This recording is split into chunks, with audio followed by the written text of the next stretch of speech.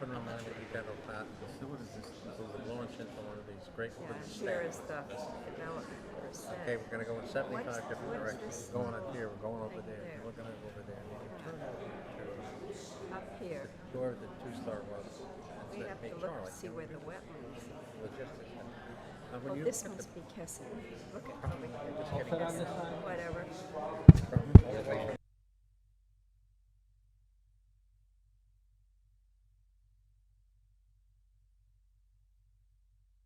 If you're not, too bad. This meeting will come to order. This is a special meeting of the Planning Board, and before I get to the agenda, I have a few announcements to make. The application that will be considered at this meeting is an application for an affordable housing comprehensive permit.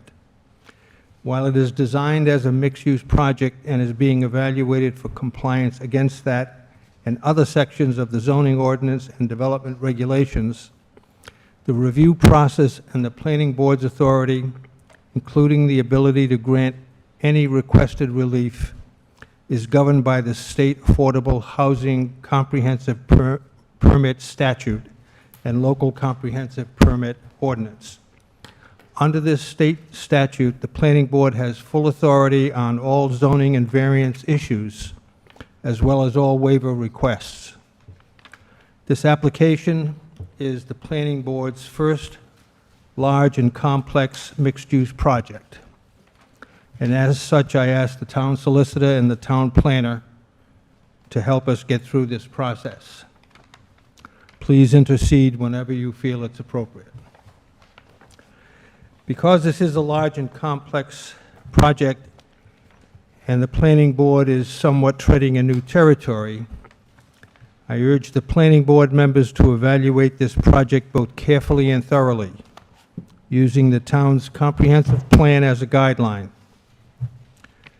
Also, because this is a large and complex project, it may take considerable time to evaluate. The planning board has a long-standing policy to not initiate discussion on applications after 9 p.m. The rationale is simple. People get tired and can lose focus. It's not fair to the planning board members or to the applicants. Hence, for this evening's session, if necessary, we will terminate deliberations at an appropriate point at or around 9 p.m. If that happens, we will also attempt to select a date for the continuance. I would ask that everyone who speaks tonight at the podium to please identify themselves, speak clearly into the microphone. If you have to leave the podium, please use the hand microphone. Is there a hand mic there? Thank you. The first item that I wish to take up is to receive the correspondence that was received. This is a letter from Mr. Jay Goodman of the Rhode Island Airport Corporation, dated October 13th, 2021, relating to the Mezzalella Development Corporation permit application. May I have a motion to receive this correspondence? So moved. Second. Motion is made and seconded to receive this correspondence. Is there any discussion? All those in favor say aye. Aye. Opposed, nay.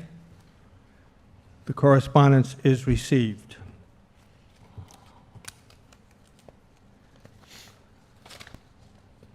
The one item on the agenda this evening, or the remaining item, is a public hearing, request of Mezzalella Development Corporation for master plan approval for a comprehensive permit application submitted pursuant to Middletown Zoning Code Article 17, Low and Moderate Income Housing Comprehensive Permit for construction of a new residential/commercial mixed-use development project located at 1747 West Main Road, Assessors Plat 111, lots 8 and 9, and including requests for waivers from certain design standards of the Middletown Rules and Regulations regarding the subdivision and development of land, Section 521, and variances from the Middletown Zoning Code, Sections 602, 603, 1304, 27A04, 27A05, 27A04E1, 2704E2, and 27A07E3, and for a special use permit under Middletown Zoning Code, Article 11, Watershed Protection District. May I have a motion to open the public hearing? Motion made to open the public hearing. Second. Motion is made and seconded to open the public hearing. Is there any discussion?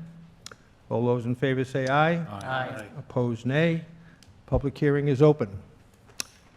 Who is taking the lead? Mr. Martland. Hi. Yes, good evening, Mr. Chairman, members of the board. For the record, David Martland on behalf of Messalella Development Corporation and its principals, Vincent Messalella and Derek Messalella, who are the applicants this evening.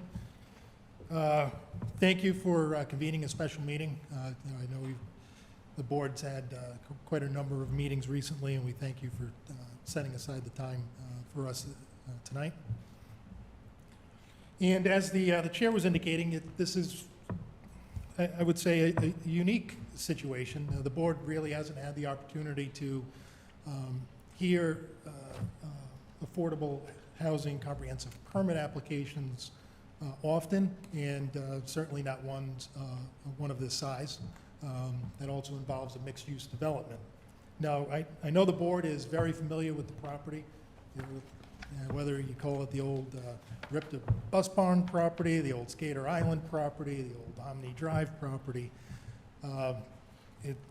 It's located on West Main Road, 1747 West Main Road. It's plat 111, lots 8 and 9. As the board's aware, and I think the town is aware, certainly the state's aware, we lack affordable housing in Middletown, lack affordable housing on the island, lack affordable housing in the state. There's a goal in place by the state, it's also adopted by the town, to promote affordable housing and to try to get to 10% affordable housing. This project seeks to help fill that hole, to create affordable housing and some market rate housing. The proposal is for 144 units of apartments, 51 of which will be affordable. The balance will be market rate. There are 1-bedroom units, 2-bedroom units, some 3-bedroom units. But it's designed to really maximize the number of affordable units in the first phase of the development that we'll get into greater detail in explaining. There's also a mixed-use component so that the two buildings that are fronting on West Main Road will have approximately 22,000 square feet of retail slash office space and some common area for the residents that are located there. The buildings to the rear would be the second phase of development. Those would all be residential structures. There wouldn't be any mixed use in those. As the town's aware, there is a commercial building on site. Presently, there's a lease that provides for boat storage. So that building's going to continue to be occupied at least through the remainder of that lease term for the boat storage. So we've submitted called that out as one of the variances that are needed.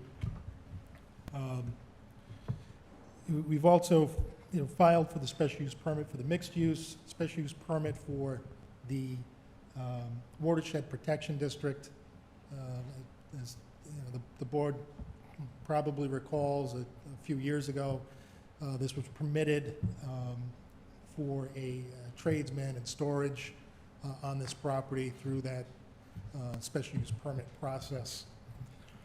Now, we filed those various requests regarding special use permit or variances because as part of the comprehensive permit process, we're supposed to identify all of those issues and file those requests with this board. This board is sitting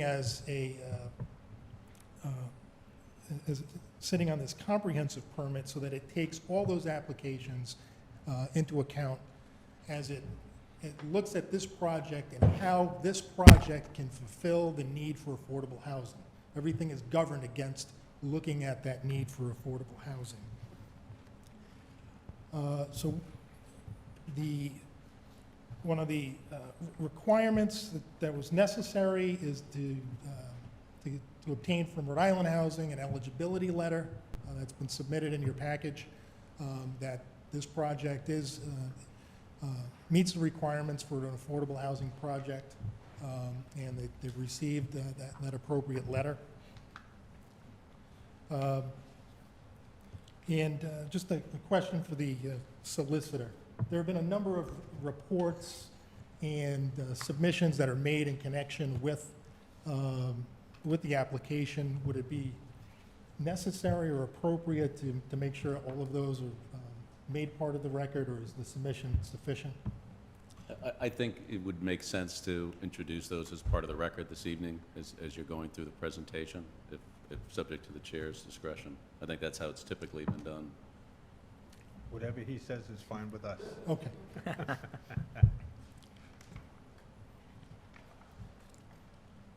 Or David, just, you know, if you want to walk through a list of what's been submitted and Yeah. just so we're formally accepting those as exhibits on the record, I think would be helpful. All right, I think we can probably do it as we go through and clean up Sure. at the end if necessary.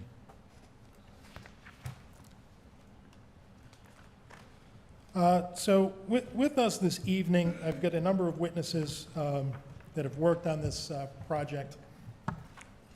We've got from Par Engineering, Victoria Howland, who's a professional engineer, who's designed the site plans. We've got Virginia Branch, who's an architect who's prepared the renderings and elevations and the architectural plans. Barbara Sokoloff, who is a housing consultant for low and moderate income housing developments, is here to testify about that process, the need in the state and in the community here. I've got Derek Massalella, who is the applicant, and Ed Pimentel from Pimentel Consulting, who is here to testify from a land use perspective and the compliance of the project with the comprehensive community plan, as well as the comprehensive permit application process. So I would ask that Victoria, if she can come up as the first witness.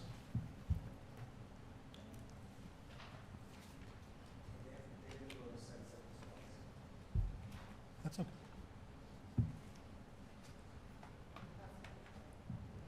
What's that? Who's got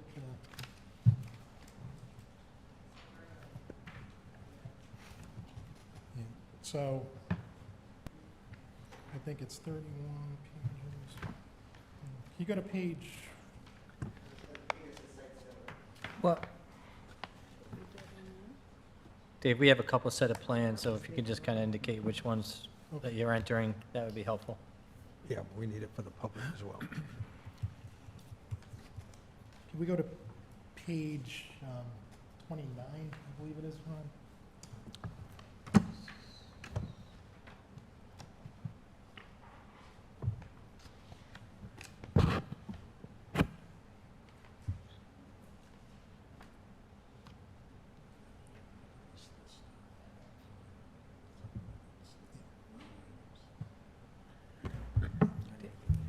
Dave, can we just? What drawing is that? Yeah, what, It's the existing conditions plan. I think it's the second one in the packet. What's, Second sheet in the packet. what's the letter designation? These drawings, do you know the letter so designation? here's what we're looking at. We have Yeah, stuff. it's the second page of that. Yep, thank you. Do you want to enter this whole thing as part of your, Yeah, I was going to do it through the testimony. that, okay, very well, very well. Thank you. Good evening. If you can just Yeah, state your name for the record. sure. My name is Victoria Howland. I am a senior project engineer with PAR Corporation, and I am a registered professional engineer in Rhode Island. Can you give your professional background to the board, please?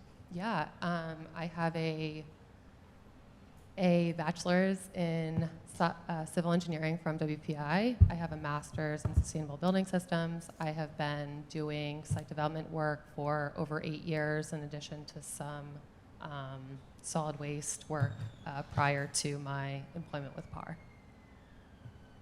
I would ask that the witness be recognized as an expert in the field of civil engineering. So recognized. Thank you.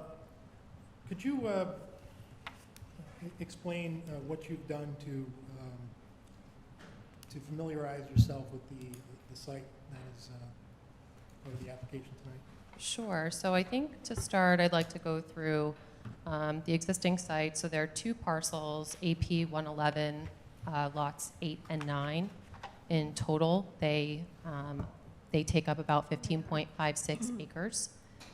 The parcels are listed within a light industrial zone. In addition, there is an overlay for a traffic-sensitive district and a watershed protection district. The existing site, as you can see here on this survey, consists of a storage facility with access drive. I know it's a little tough to see underneath some of the coloration on the plan, but there's an access drive and associated utility services to support the boat storage use on the site. By the way, today. since you have the hand microphone, you can go to the map, Okay. point things out so that everyone can understand what you're talking about. I am so glad you said that.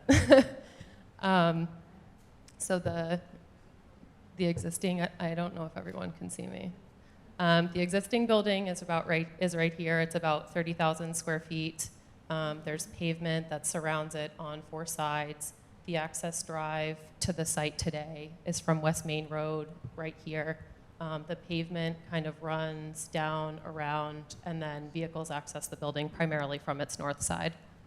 In addition, there's a sewer easement. It's 20 feet wide with the town of Middletown. So this plan, and I'm not sure if they have a copy of the TRC findings, but the location of the sewer easement is still in progress. So the sewer has been relocated. It's kind of shown in the red and the green here as it runs through the site. In addition, there are 2 wetland complexes on site. The one to the north is a shrub complex. The one to the south is a shrub marsh complex. Apologies, I'm not a wetland scientist, but I did speak to our wetland scientist earlier today, who was on site late last week to revisit the delineation and make sure that the flags reflected the wetland conditions as they exist today. The previous development on this site, I believe in 2013, the wetland limits were flagged. It is natural that the wetland limit changes over the course of 8 years. In some instances, the flags kind of encroached into the site. In some cases, they didn't, but it was really a matter of a couple feet, which is fairly typical.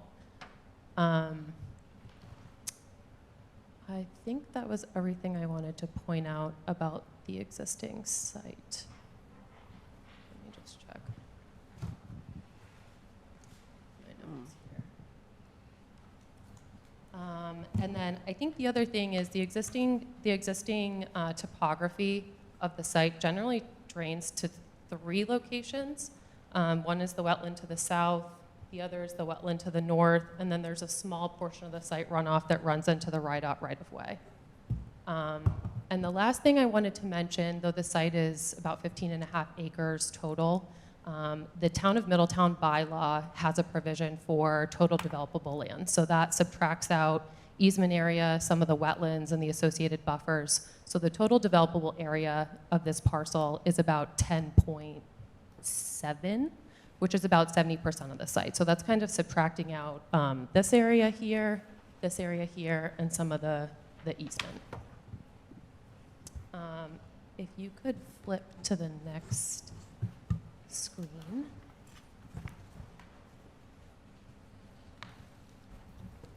So I'll talk a little bit about the proposed improvements. There are 8 buildings total, 2 mixed use, which are the 2 units in the front, and I won't get in too much detail about this because the architect is here. The 2 mixed use buildings are at the front.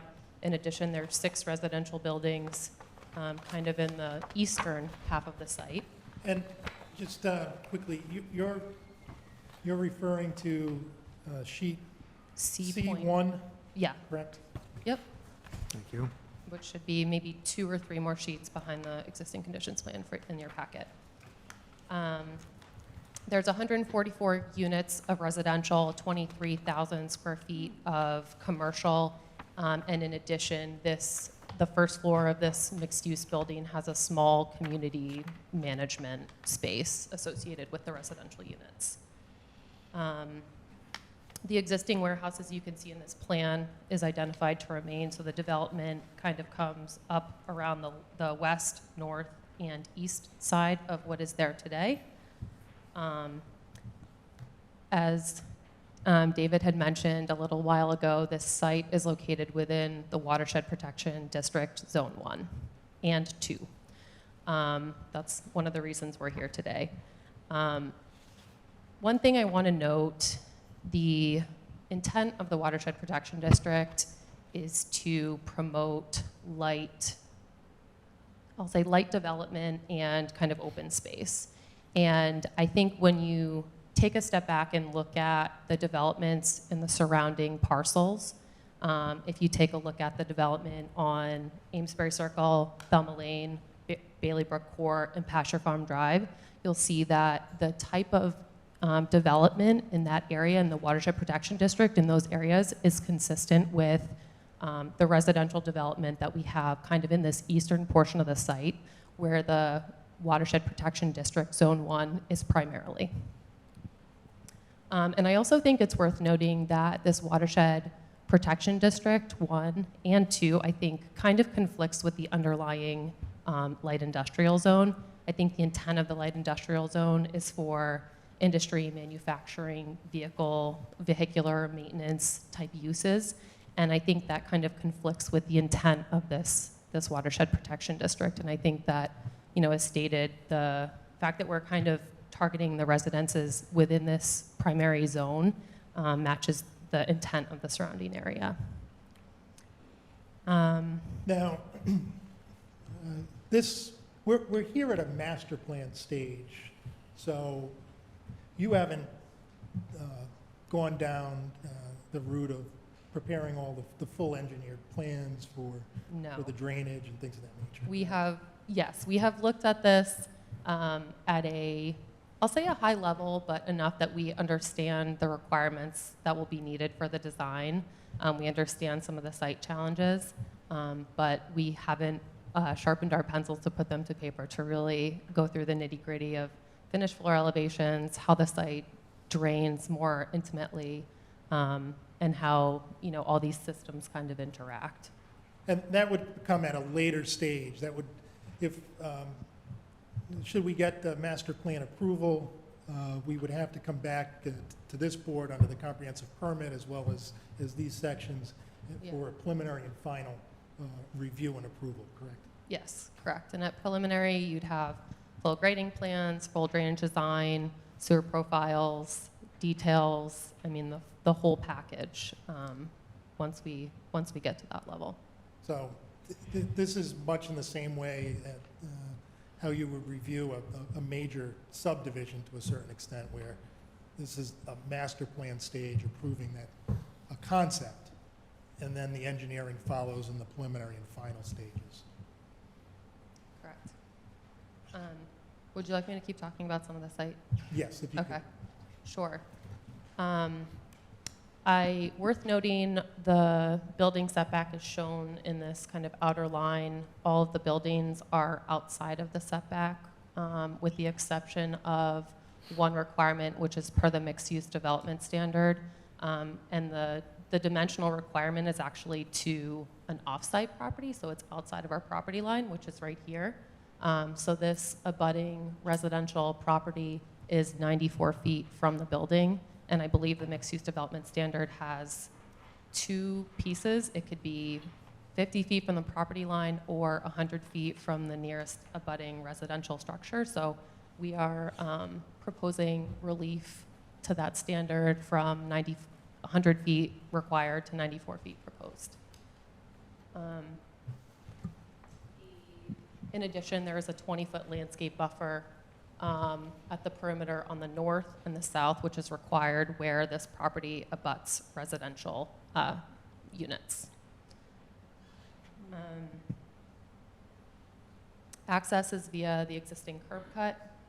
We've designed this access drive for safety of pedestrians and safe separation of pedestrians and vehicles. The curb cut at DOT for the state right-of-way, we understand that a traffic study will be required at a later phase. It is not at this point required at master plan. PAR's traffic engineers are currently completing the traffic study, so that should be done within the next month or so. A note about parking. So this, the parking requirement for each of these individual uses is 357 spaces. We are proposing 338, which is 336, excuse me, which is a 21 space delta. The mixed-use design standards allow up to 75% reduction of the total parking count where the uses have separate, I think the language says non-competing uses. So in the instance where you have residences, the primary parking times would be afternoon, evening, overnight, whereas some of the commercial spaces would have kind of a daytime peak. So we believe that that 21 parking spaces being shared between the commercial and the residential uses is appropriate, and it's a relief of 94% instead of the 75%, which is allowed in the MU district. Another item worth noting, which we spoke with the fire department and the technical review committee, we are working with them to make sure that their fire apparatus has safe and appropriate maneuverability throughout the site. We have two loading areas, one associated with each of the commercial or the mixed-use buildings. We are looking at trying to reconfigure them to better fit on the site. I have some thoughts in my head that aren't shown on this plan. This was kind of something we looked at right after we submitted this, but two 12 by 45 foot loading dock areas that would be off the street. It wouldn't conflict with the travel lane or cars backing up or pulling out. There are dumpsters throughout the site that will have enclosures and may be screened. And then I think, do you want me to talk about stormwater? Excuse me? Stormwater was my next. Yes. Yeah? Yeah. Okay. So the existing site has about 3.2 acres of impervious surface, and the proposed project has about 7.1, which is an increase of 3.9 acres. As I mentioned before, the existing site drains to 3 locations, 1, 2, 3. We understand that this wetland, this shrub wetland, overflows into the Bailey Brook. It's part of the headwaters of the Bailey Brook. And we also understand that there is an impairment for Enterococcus bacteria, lead, and phosphorus, in addition to a TMDL for lead. TMDL for Enterococcus, excuse me. The state of Rhode Island, in order for us to proceed with this project and complete this project, we will need a permit from the State Department of Environmental Management. And in order for us to do that, they have increased water quality requirements when you're draining to impaired water bodies. So any water that drains into this wetland will have increased water quality requirements as compared to a typical project. And we know that that's something that will need to be met. The state will not issue a permit. This project will not be able to move forward if we do not meet that. So I just wanted to make that clear. This project will be designed in accordance with the Stormwater Manual. It is considered a new development project. We are anticipating structural BMPs, so tree box filters, bioretention areas, sand filters. We do think a detention system is needed to mitigate peak flows. But we will have a closed drainage system that will achieve water quality, volume treatment, groundwater recharge, and we are planning to incorporate low impact development and green infrastructure practices wherever we can throughout the site. As mentioned, this is on a state roadway, 114. So permitting with the Department of Transportation will be required. As mentioned, our traffic engineers are aware of that. They're conducting a traffic assessment, and we're trying to set up a pre-application meeting with them within the next few weeks to discuss the project. And then I talked a little bit about new stormwater systems, but there are also new gas, electric, water, fire water services that are proposed to support the development. So there's municipal sewer and water available for this site, correct? Correct, and we understand that ultimately, I believe the city of Newport is a supplier for both water and sewer, so we will have to talk to them about the demands.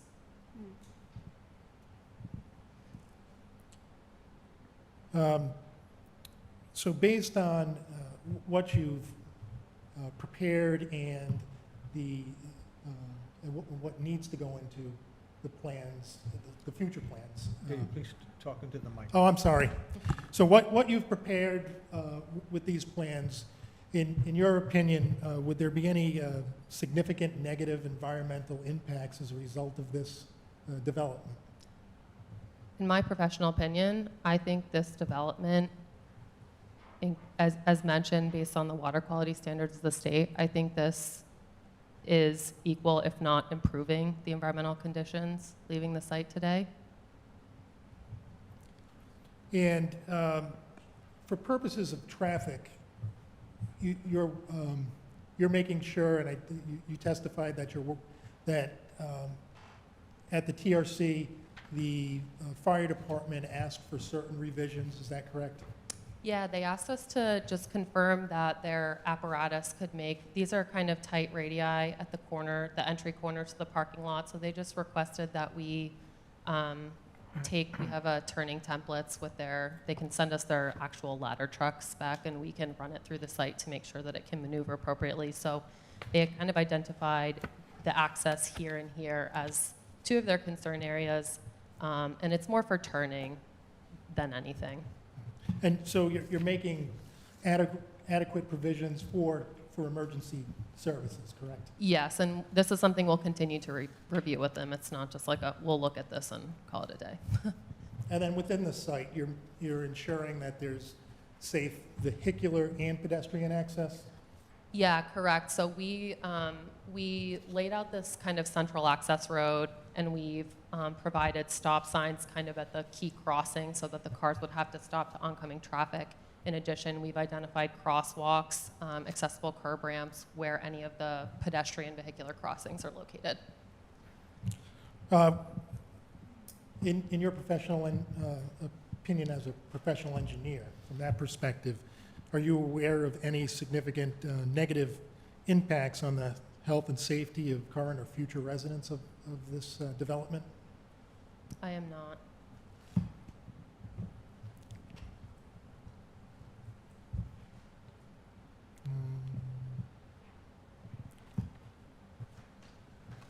I don't have any further All questions. right. I'm gonna- Before we leave the I mean, engineering, I don't know if the board does.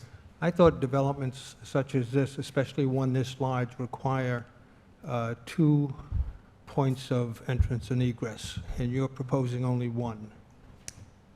That is a comment we received at the Roads and Utilities Committee last week, and that's something we're looking into. It's either going to be somewhere in this area or somewhere in this area. Are you saying that you're planning to have a second entrance? Yes, I wish you had said that. sorry. Yeah, that was a recommendation that was brought up, I'm sorry, last week, when I appeared at the, or was it earlier this week, I forget, at the Roads and Utilities Committee meeting. It was raised there, so that would be a condition, that there would be a second means of access to the site.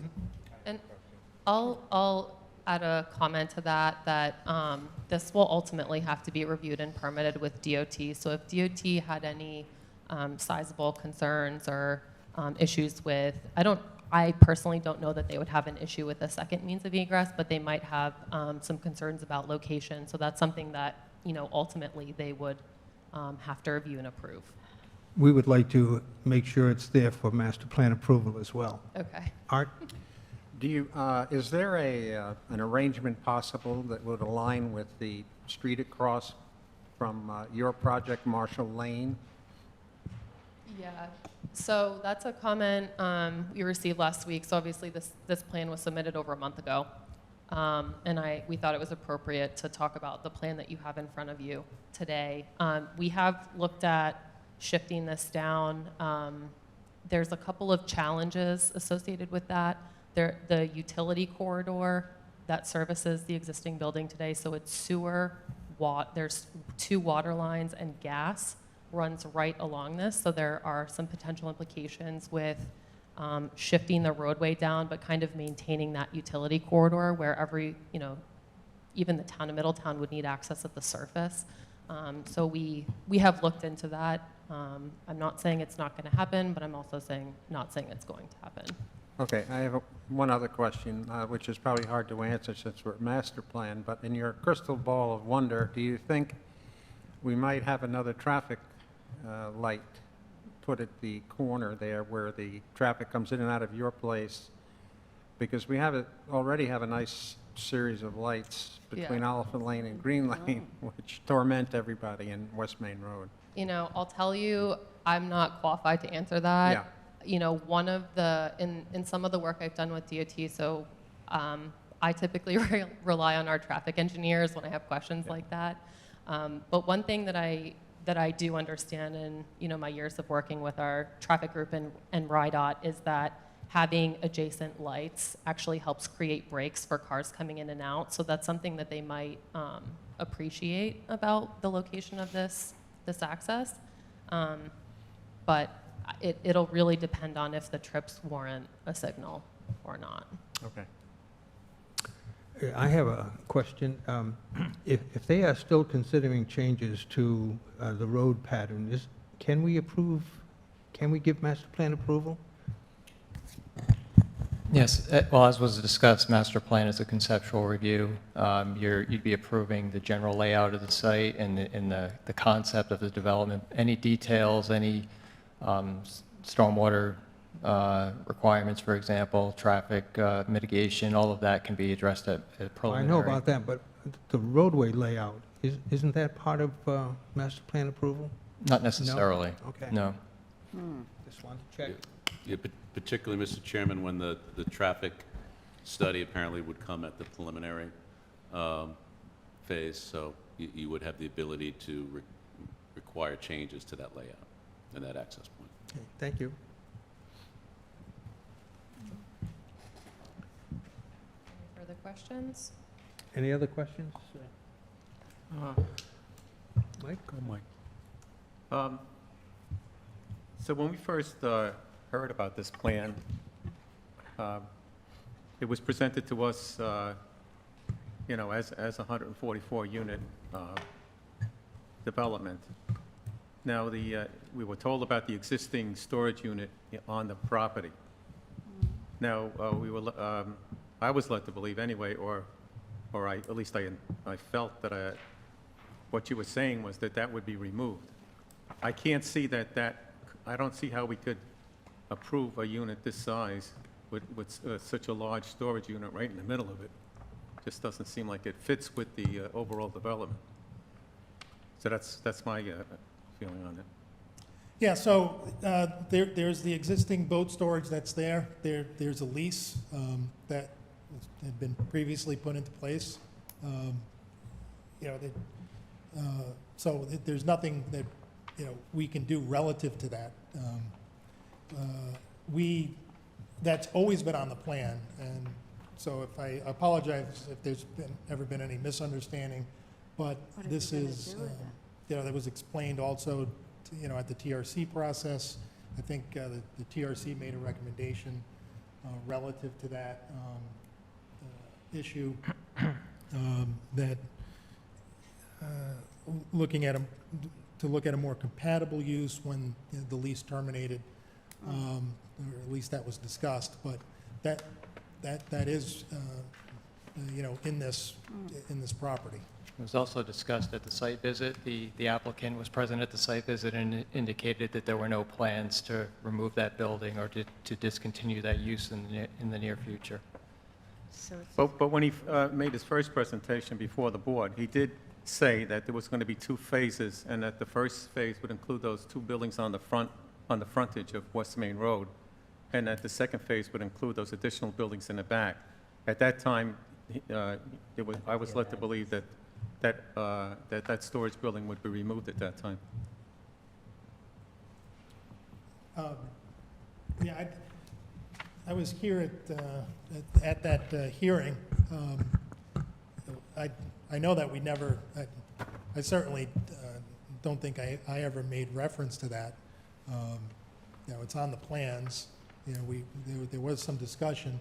There was talk about that, maybe it's that it would potentially go away in the future because of the lease that's there.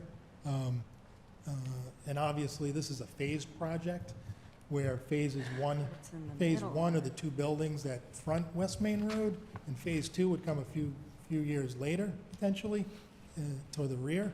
And I believe there's about 5 years left on the lease for the boat storage, so. So those people that would be in those second phase buildings in the back, basically they would be looking out at a big storage unit right in their front area, right in their front yard? Yeah, that they would be looking at that existing building, yeah. Sorry, Derek Messalella, Messalella Development Corp. Derek, if you could speak into the. Yeah, sorry, Derek Messalella, Messalella Development Corp. There would be screening, and we take appropriate, architectural license to reduce the impact visually. And when you say storage kind of unit, screen. you just mean the building being used for storage, correct? Yeah, that's what Because, it is, right? all right, well, because the use is currently boat storage, there's very little traffic. So if you're talking about logistical compatibility, I see very little impact on those residents for that if it remains as such. So I just wanted to understand if you're talking about architectural and visually, that's a different discussion. Well, yeah, there's that, but there's, I'm also looking at the stormwater issue. You got that big 30,000 square foot building there that, takes up a good part of that property, and I think that's going to be a challenge for you guys to meet the stormwater requirements with that, with that extra impervious area there. Yeah, that'll be up to the engineers. I mean, that's a preliminary stage item, stormwater. And they need to account for all of the impervious surface. They got to meet all the RIDEM standards, the town standards relative to both water quality and the mitigation, so that there's no increase in the rate of runoff as well. So, yeah, all of those issues will have to be addressed. And if there were difficulties dealing with some of the stormwater, then yeah, you would have to look at impervious surface reduction, but. So are you planning to start phase 2 with that building still in place? Is that what you're planning to do? Excuse me? You're not planning to remove that storage building to begin Phase 2? No. Okay, let's see. What's the lease on the building right now with the existing tenants? How long is that lease for? I believe it's, the balance of it's approximately 5 years. So after the 5 years, you're still planning on using it for a storage facility? Or maybe even renewing the lease at that time? No, we would, I believe what was indicated was that they would look for a use that may be, you know, more compatible with this, but, you know, presently, that's what's there. I don't know, I just don't feel that fits in with the overall development concept. Okay, that's my opinion. A related question, where do the users of the storage facility access that building? Where do they bring their boats in and out? So they would be using that main entrance that you're planning? Joe, you had a question? Yes, my questions are really directed more to the engineer. Just to confirm, what are the utilities that currently are available to the site? Mentioned sewer, water, gas, electric. Yeah, so there are 2 water lines that we believe that run through. There's a hot box that was installed 3 years ago at the site entry up here that we're proposing to keep. So there's water and fire that service this building today. There's also gas that runs through the access drive. And then there's the 20-foot sewer easement that runs, I believe it runs like this and then comes down and out.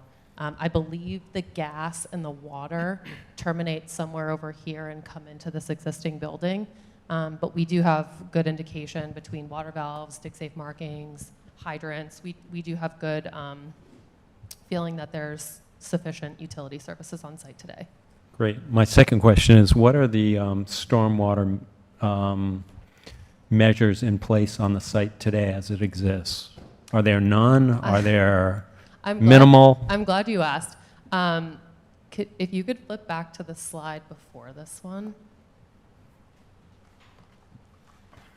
So if you can see in this existing conditions plan, as part of the prior storage facility development, there was a stormwater management design that included a couple of structural BMPs in addition to detention systems. The prior development was proposed for this portion of the property, so kind of the northern half. And you can see here, there's some gray dashed lines in this area. So this is a stormwater facility that was installed to accommodate this storage development, which you can see is not there today. So it does exist on site, but we don't believe it's actually taking any impervious surface because the site was never built out. So this is a stormwater management system that's there today. We have not found anything that manages roof runoff, some of the pavement runoff surrounding this building. It appears to sheet flow into the adjacent wetlands. All right, so if you had to grade the current stormwater system on a scale of 1 to 10 and what is proposed, what would that look like? So I would say today there is a stormwater management system, but it isn't managing anything because the development was not built out. And the impervious surface that's on the site today, does not include any stormwater management. So we're going from essentially 0 to DM's requirement for a site like this, especially with an impairment, is 100% water quality volume. And that's kind of why I had stated before that I truly think this development is a benefit to the site. Thank you. So the runoff coming from the industrial impervious area goes, you know, basically unmitigated, untreated into the wetland? Correct. And I will add a note. The standards that DM has for treatment is disturbed impervious. So there are some impervious surfaces that we're proposing to disturb as part of this project, which would require full stormwater treatment for the surfaces that are not disturbed, so the existing warehouse and some of the pavement around the warehouse, that would not be part of our requirement for treatment. Bill? Yeah, thank you, Paul. So I'm going to take a little bit of a different tack here. I'm generally okay with the master plan standards that you need to meet, and I'm generally comfortable with that. There is one that I'm not, but it kind of leads to the zoning relief that you're looking at here, and this is something relatively new. This is new for the planning board to have to look at zoning standards, and this is for Dave as well and the rest of the members. But I can't help but think that some of the people who are going to start objecting to this relates to the density. And this is where I'm struggling with the amount of units that you are proposing and designed for the site. You're asking for 144 units, requires 19.92 acres of land, and you're only showing 10.7 of developable land. That's concerning to me, and I can't help but think it's going to be concerning to the rest of my members here, our members, and the public. With that comes the need to ask for relief from some small variances. 94 feet where 100's required, 50 foot within a small portion in the buffer. The height of the buildings, 35 feet, you're asking for 40 and 36.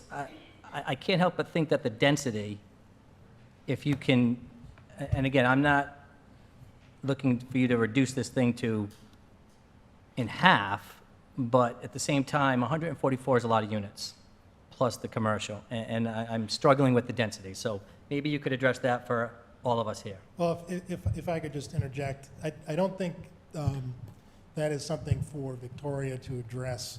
I think that will be better addressed by Barbara Sokoloff Sure. and Ed Pimentel. Only- Barbara does the Rhode Island housing consulting. She's prepared worked on the pro forma. Sure. That, and Well, let me just finish. Dave, I hear you, David. I know there's other experts to testify in that end, but I only bring in you is because you've designed the site based on what the ask is, and so there is a correlation there. But if you can Yeah. if you can give us some more detail on that with your other experts, that's fine. But that's kind of where I'm at this point. yeah, and I think that's the affordable housing component piece, because Understood. when you look at this, the standards tell you that where the zoning ordinance and subdivision regulations are varied or waived, local concerns that have been affected in the relief granted do not outweigh the state and local need for affordable, low and moderate income housing. So you're looking at it in the context of the need for affordable housing. And does the need in this community rise to a certain level to allow for the varying of that standard? Right. We're not really following the variance standard when you view it under the comprehensive community permit standards. It's a totally different approach and review. And Understood. That's just a difficult concept, even for me, who's been doing this for much of my life, to understand that. And And so maybe challenging. it would be best if I have Ed.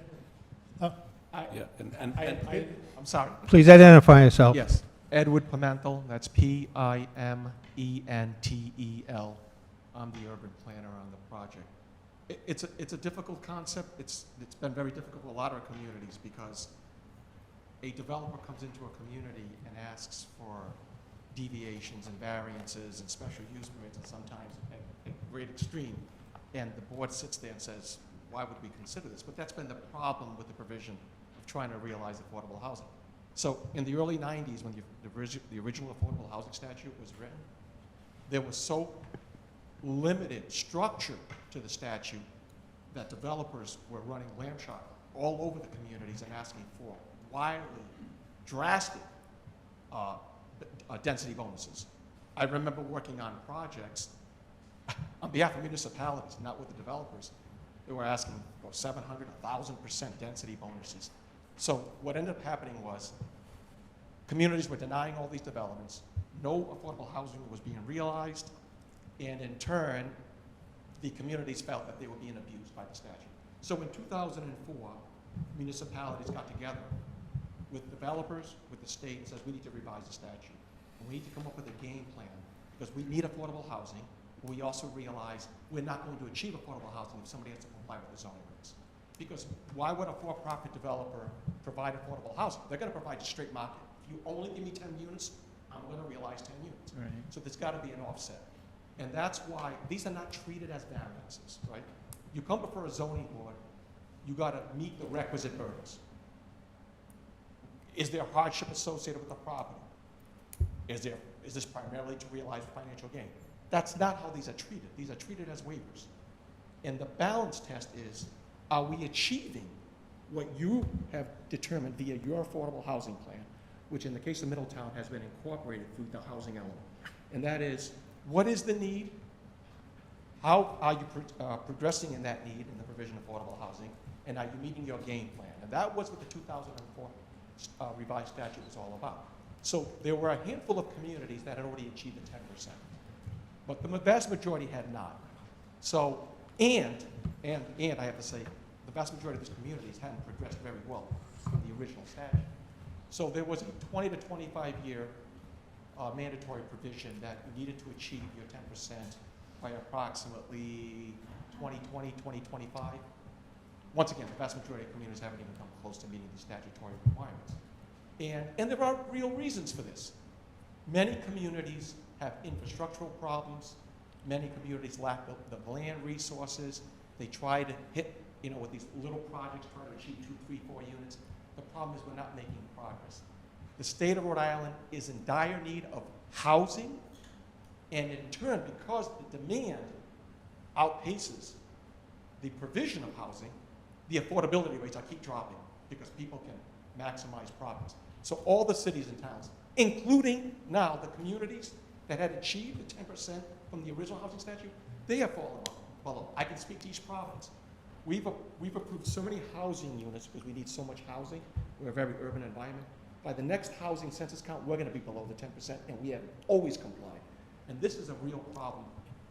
When I did my analysis for the town, for the developer, the first thing I said is, and this is the usual methodology that I employ, and I probably have done 3 to 4 dozen affordable housing projects throughout the state, from very large, larger than this, to very small, just 2, 3 units, which are primarily the type of affordable housing projects, as I reviewed your comp plan, that this board is accustomed to. So I like to look and review all of the regulatory documents, and then what that does to me is that provides me the guidance.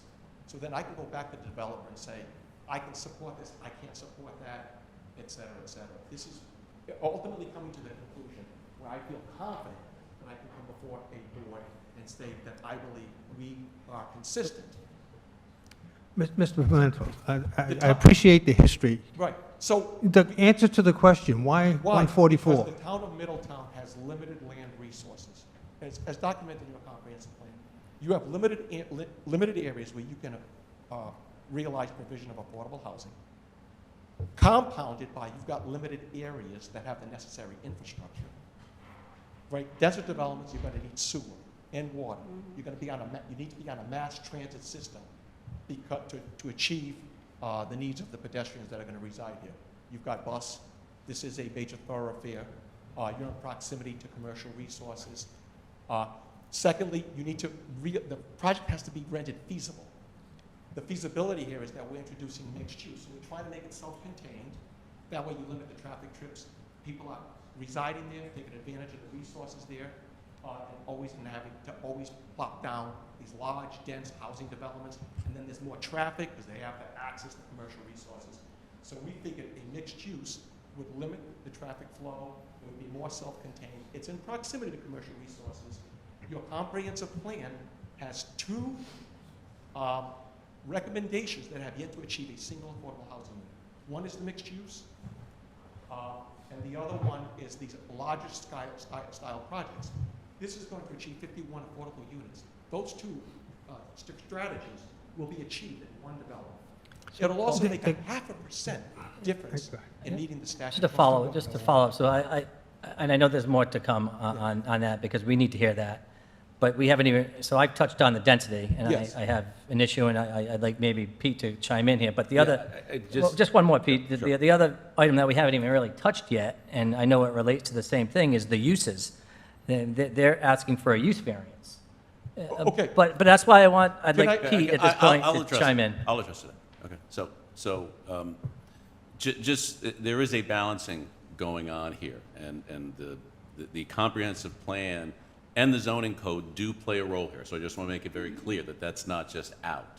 And as Mr. Martland correctly stated from the statute, one of the findings you have to make is that the proposed development is in compliance with the standards and provisions of the municipality's zoning ordinance and subdivision regulations. Right. And where expressly varied or waived, which they're asking you to do here, local concerns that have been affected by the relief, density, setbacks, those sorts of things, do not outweigh the state and local needs for low and moderate income housing. So there is a balancing between those provisions of the comp plan and the zoning ordinance and the need for affordable housing. And one of your questions, which I'm assuming will get addressed at some point down the road during this presentation, of why is it 144 versus 134 versus 164? That is something that, and where does that balance shake out, is something that the board will have to consider and ask the appropriate questions as the presentation goes along. But that's essentially the gist of it. Right, I got Okay. it. Thank you, Peter. Yeah, So Mr. Pimentel is correct in that those typical standards that you don't deal with very often, what the zoning board does, is in terms of the variance request, is this the minimum relief necessary to make reasonable use? That's not the standard that's applied. It's the one that I just read. It's that balancing between the comp plan and the zoning code, those concerns versus the need for affordable housing. And Mr. Nash, we've known each other for Sure. years. Sure, And and- so forth. I understand, because we're looking at this through the lens of, these uses are not permitted. So technically, this wasn't a comp permit, it would be a use variance. How do you prove loss of all beneficial use? Sure. How I address that is, here's a real anomaly in the middle surrounded by residences. The property is zoned light industrial. If you look at the litany of uses, take the comp permit off the table. If you look at the litany of land uses that would be permitted by right, Sure. and consider those uses, and then apply the dimensional criteria that would be permissible. 40 feet is a permissible height requirement. The only reason why we seek a variance is because we're asking for an alternate land use, and that'd be residential commercial. So we could come in here and maximize usage of this property. There's 10+ acres of land areas deemed suitable development, introduce by right land uses, introduce and meet every dimensional criteria. We would be just before this board for a major land development project. There'd be no basis for a denial, because we would realize we would seek no waivers. And my argument when I was looking at this and looking at this anomaly, why is the property zone industrial? Clearly it was historically used, but typically in most comprehensive plans, even if something was historically used, once the majority of the surrounding area has been developed in a certain manner, typically a future land use map will render that non-conforming, with the anticipation of the expectation that it will eventually be used in a more consistent manner, in an appropriate manner. Your comprehensive plan, just recently amended as of 2019, has this classified as still industrial. So the expectation is that this anomaly will continue. I don't think that's appropriate. Here we have an opportunity to realize something that would be more consistent with the surrounding character. It helps to meet a great need in this community. You need affordable housing development. There's only so many of these properties remaining, and especially ones that have the infrastructure and on a mass transit, et cetera, et cetera. And I don't know how, honestly, I don't know how the town of Middletown will ever achieve the 10%. I've said this in other communities. It's just this random subjective number. We really need to address need, regardless whether it's 12%, 8%, we need to address our need. Your comprehensive plan absolutely states there's a need, and it states there's a need for these smaller units. Okay, Art, you have a So- question? Right, sorry. I've had the opportunity on this planning board to write in concert with a lot of people, write two comp plans. We have made a valiant and sincere effort to come up with a plan for affordable housing, and we have failed. And the solution is very simple, but it's not appetizing for most of the people of a Middletown. It's zoning intensification. That's exactly what we need to solve the housing problem. That means going out into the perhaps R30 and 40 zones and intensifying a unit or units like this. And the people in the town really don't want to do that. And I'm just telling you, it's frustrating not to get to 10% and do the right thing. So Mr. Weber, that's a tool that's being used in a lot of communities. For example, in the town of South Kingstown, if you're introducing a complement, regardless of what zone you're in, they allow you to apply the more intensive or higher density zone. I can only tell you, it's a great tool, it sounds like a great tool, it's only achieved in realizing X number of units. Yeah. And that tool is just one tool in the toolbox, but it hasn't been that effective. The only communities that have made great progress is when you finally find a property that can accommodate greater density. It may seem like it's overwhelming from the perspective of how many waivers, but that's how you make the progress. I was involved in the rehabbing of the Hope Mill in Situate. It was as controversial as you can get, but we all understood. Situate, with the Situate Reservoir, and that 90% of the land resource have to remain protected. You can't realize greater density. Somewhere you got to achieve your 10%. Let's get the discussion But back to It's Middletown. the same argument. It's Okay. the same argument. Peter, I want to ask you, you said that at some point we would be able to address the question of why 144 versus 134. When does that yes, happen? Well, I mean, I think what we should do is allow the applicant to proceed with the presentation, Yeah. and presumably at some point, they will address that Well- issue, and if they don't, Okay. then you ask the question. Yeah, Okay. so, I just- Mr. Croce, it's not going to be just one expert that's going to try to address, because there is no magic number, right? 144 is not a magic number, but it comes down to several components. A, we need to provide a density that realizes feasibility in the project. That's both included in the density as well as the mixed-use component. There's marketing strategists that have been. Can you answer why you settled on 144? But that's what I'm saying. It's not one expert that can realize that. I'm speaking to the need for affordable housing. We're providing 51 units. The complement only necessitates 25%. We're doing approximately 36%. The greater density will help to achieve trying to get closer to the 10% and also address your need for smaller I units. get that. Barbara Sokolov will address other aspects of why the 144 as well, the marketing strategist. It isn't a magic bullet answer. Yeah, based on the review of everything, my client determined that 144 was the number that would work. You know, it's to make it, as Ed indicated, feasible, economically feasible. 51 of these units are going to be affordable, right? You know, they're not market rate. 51 are affordable units. That's more than 25% of this project. So you're saying the number comes from a consideration of the economic circumstances? Absolutely. Correct. Thank you. That there. Just one last statement. So when we start, They're gonna address you. we're just at the conceptual vesting stage of this. But at some point, and it happens in a lot of developments, the boards make a recommendation for approval of the vesting, to vest the project, but they say, well, we're going to reduce the number of units. That sounds great. We reduce it down to 100, but at some point, it's not feasible. It may not even be feasible to realize the 25% required. So at some point, you're just going to keep realizing more and more intense developments to try to realize the 10% statutory requirement, instead of giving a little bit more density that can be accommodated and realize, achieving the 10% compliance. That's where Can we hear I from- believe 144 is approved. Can we hear from Mr. Masalello? Sure. Again, I just want to reiterate, kind of told Dave what the thinking was. It's not rocket science. It has to make sense for us.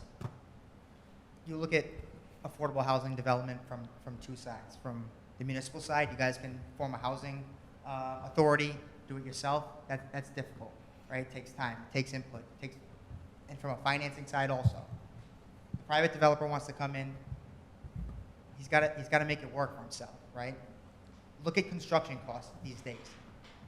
40, 50% on material in some areas.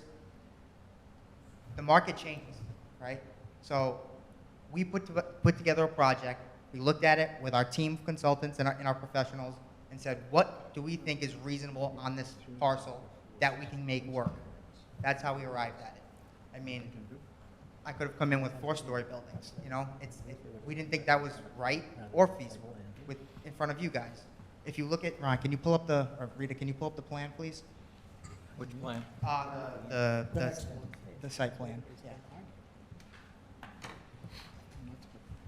We looked at this project at a 50,000-foot level as designed and said, this is reasonable. This will work in town, and we think it will be a benefit to the town, not a burden. So I understand you want, you know, a black and white answer as to why 144, but on our pro forma and in our minds and professionally with our engineers and architects, we thought that this is a reasonable development plan. Thank you. Thank you. Please continue. Yeah, and I think I would ask you to continue with, maybe return to what was going to be your presentation. Ed, you submitted submitted a report with this application, is that correct? That is correct. And it's titled Comprehensive Permit 144-unit mixed-use affordable housing development. Is that correct? That is correct. I believe I'd ask that that be marked as an exhibit and made part of the official record. So acknowledged. Thank you. Can you just briefly indicate to the board what you did to review this project and its compliance with the comprehensive permit standards? Sure. So the methodology I always employ is I don't take a look at the actual development itself first. I want to because I don't want to be biased into saying, and working backwards and saying, I'm going to make this development work to the comprehensive plan. I have to conclude that whatever we're proposing to the board is in fact consistent in achieving the objectives, and because it is a complement, the objectives and the strategies of the affordable housing component of the plan. Many communities have a separate affordable housing plan. Here you've incorporated through your housing element. So I review the comp plan first, and I end up excerpting 30, 40, 50 pages of stuff that then I want to apply to the development when I go to analyze it. I also go through the subdivision regulations because albeit this is under the auspice of a comp permit, it still has to be treated in the same regulatory process of how it would be triggered. In this case, it would trigger a major land development project.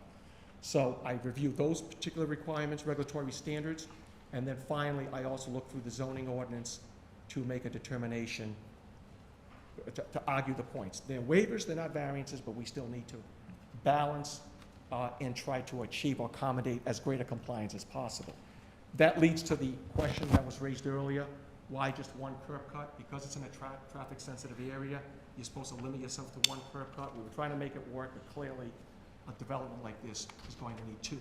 So you try to work within the regs to the best you can, but yet you've got to achieve a successful and feasible project. So I review all the regulatory documents first. I then go out to the neighborhood, get an idea for the character, perspective of the neighborhood. I know the area very well. I have a condo unit right down the street that I live in the summer, so I've driven by this property many times. But I go back out to get a flavor, and then I start to analyze the development, applying the objectives and the goals and the principles of your comprehensive plan, and specifically your affordable housing plan. And that's my methodology. Okay, and in doing that, did you make certain conclusions on the compliance of the proposed development with the comprehensive plan? Sure.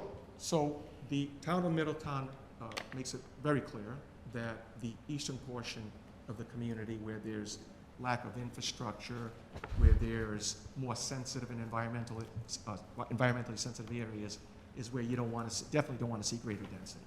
So that leaves the western side. And then it talks about making sure about the presence of necessary infrastructure, as I previously noted. That means all utilities, sewer, water, the necessary roadway infrastructure. It talks about trying to maintain a balance of character. When you start to put all these requirements in the pot, and you look at the remaining land resources that are available, you come to realize the great difficulty in trying to achieve the 10% statutory requirement. That's the first goal. The second goal is need, right? So there are 3 requirements to realize compliance. The overall arching goal is to achieve the 10%. But within that, there's need. You've got family, special needs, elderly, you've got owner versus rental.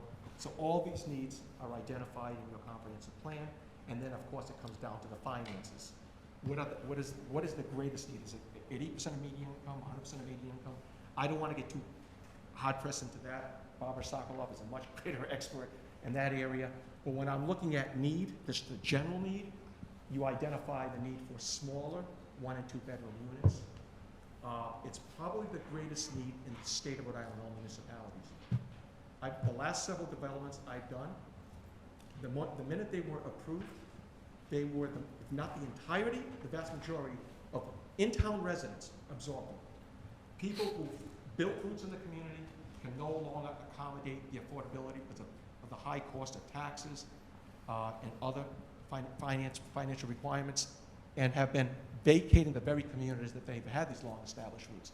So these units have come in very handy to keep those individuals in the municipality, the community that they reside all their lives, and have an opportunity to sustain. And of the affordable housing units, the LMI units, 34 are 1-bedroom units. That's the vast majority of the units that are going to be proposed are 1 and 2 bedroom units. There is going to be a small component of 3 bedroom units, but the vast majority are 1 and 2, which actually contributes to the fiscal feasibility of the project, and it also actually provides for a fiscal contributor to the community, because 1 and 2 bedroom units, and this can be proven statistically, don't generate many children. There's not an impact on the school system, and it doesn't need the type of resources that a larger unit with greater bedrooms would require. And secondarily, the traffic is reduced considerably. So it's all these considerations, but once again, it's because it's addressing the need in their comprehensive plans. And with 51 units being proposed as LMI units, that would be roughly 35% of all the units, right? That's correct, whereas 25% is all that's mandated by statute. Once again, it's to try to really move that barometer in the right direction towards the 10% statutory requirement.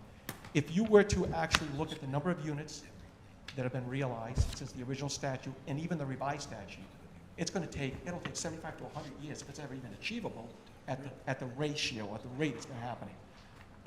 These kinds of projects don't come along that often, and I've stated before, there's such a dire need for affordable housing, and there just isn't the type of development projects being put forth throughout the state and any city and town. So when a project like this comes along in the right location that can be introduced appropriately, it needs to be supported. And in this particular case, it's such a unique anomaly because it's, in my opinion, it's inappropriately zoned. So this would go in the right direction given the character, the surrounding character of the surrounding land uses. Because the surrounding character is residential. Yeah, medium to high density residential, right, which I don't understand why this, singular property stands alone as industrially zoned, given what's developed around it. Now, you're familiar with the required findings that a board has to make relative to a comprehensive permit. Yeah, that's pursuant to the Rhode Island Affordable Housing Statute. There are several standards. Some of them mirror the standards that would be applicable to a major land development, and then there's some unique ones. Once again, they're not true variances, they're deemed waivers. The litmus test is not what would otherwise be resulting from a burden, but would be balancing and are we achieving the goals and objectives of provision of affordable housing. And with respect to the affordable housing, are you familiar with what Middletown's current state is? Yeah, so what I end up doing is I do a pretty comprehensive analysis and computations based on A, census data, B, build-out analyses in your comprehensive plan. Roger Williams puts out a housing fact book every year. It gives the most updated information. So when you balance all that, I then do the necessary computations based on what current need would be and at full build-out, or granted, it's just an expectation, but what that would need would be ultimately at full build-out, and that is on page 13 of 16. Right now, you have approximately 6,875 units of year-round housing, and I actually, earlier today, did a few more computations, so let me go to my sheet.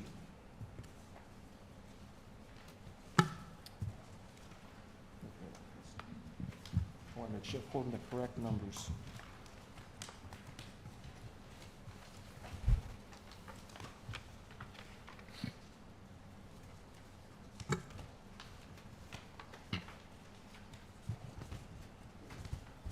Thank you. So you have approximately 6,875 units of year-round housing right now. So you would require a total right now of 688 units to achieve the 10% statutory requirement. You have approximately 371 units. That's 5.4%. And you have a shortfall of 317 units, or 4.6%. The proposed development, if we incorporate the 144 units, because that adds to the housing stock, so that would bring up the total housing to 7,019 units. So that would require then a total of 702 units. But we're also providing 51 units. So that would increase the present total of 5.4% and bring it up to 6.01, 0.6%. Typically, when I do small projects, and those are the vast majority of the ones I do, and I've done large ones, you're talking tenths, maybe hundredths of 1%, you're moving the barometer. Here, you're moving at 0.6% in the right direction.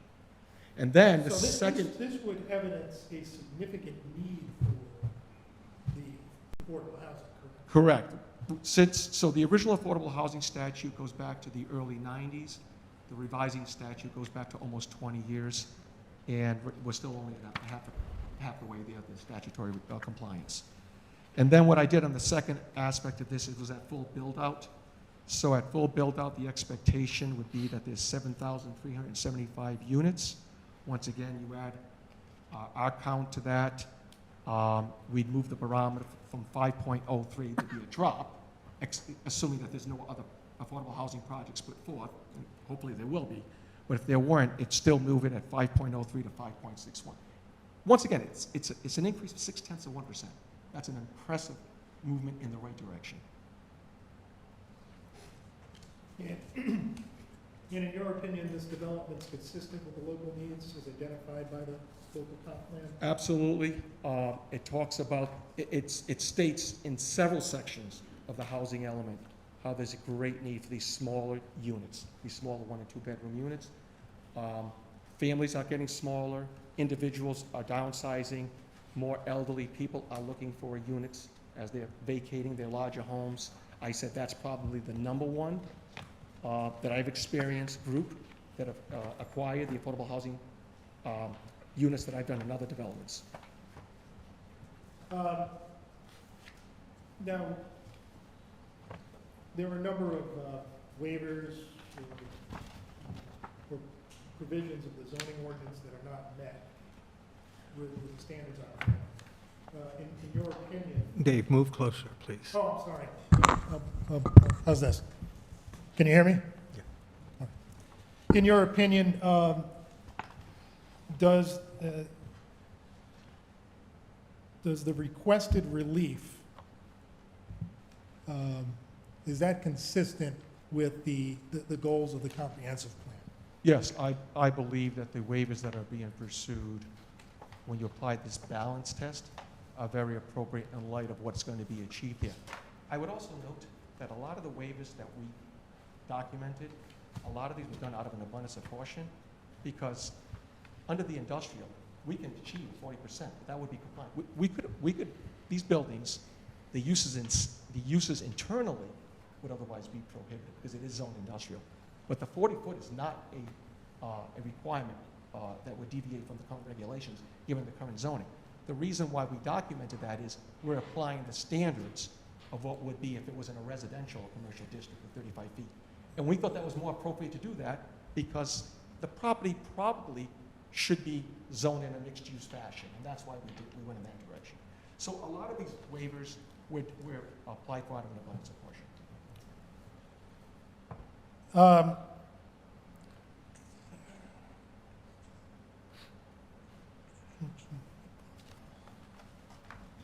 Yeah, if I could also Yeah, add the two strategies. So Mr. Wetmeister, you were indicating you've tried to come up with different strategies. What can we do to spur provision of affordable housing? Accessory family units. You know, you have all these different strategies. And there was interesting, so I'm looking through all the strategies and saying, what can we apply here to try to achieve realizing affordable housing? And it was interesting that two of the strategies that have yet to achieve no affordable units, this particular development would not only address those two strategies, but would actually maximize the provision of what was anticipated via those two strategies. So when I started looking at this, I said, we're on the right path. We're absolutely on the right path. I can absolutely tell the developer that I can approach the planning board and state unequivocally that I feel confident that this is consistent with your comprehensive plan. It is consistent with the goals and objectives of your affordable housing plan, and it is an appropriate development. I felt very confident with that, given those strategies. And that it met the requirements of the comprehensive permit statute? Those strategies are And- directly through their comprehensive plan. And you've detailed that in the report? It's not only detailed in the report in several sections, it's actually incorporated under the regulatory standards. Again, I reiterated it there. One thing that we didn't do at the outset, just the way the questioning had worked, and we had brought that up, I didn't have Ed run through his background, and I would ask that he run through his professional background, because I'd like to be accepted as an expert in planning and land use. Its background is in the report. I've read through it and so recognized. Thank you.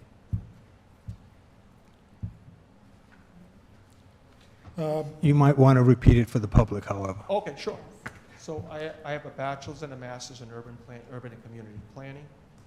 I've worked in the states of Florida, Massachusetts, and throughout Rhode Island. I've actually been before all 39 cities and towns in Rhode Island.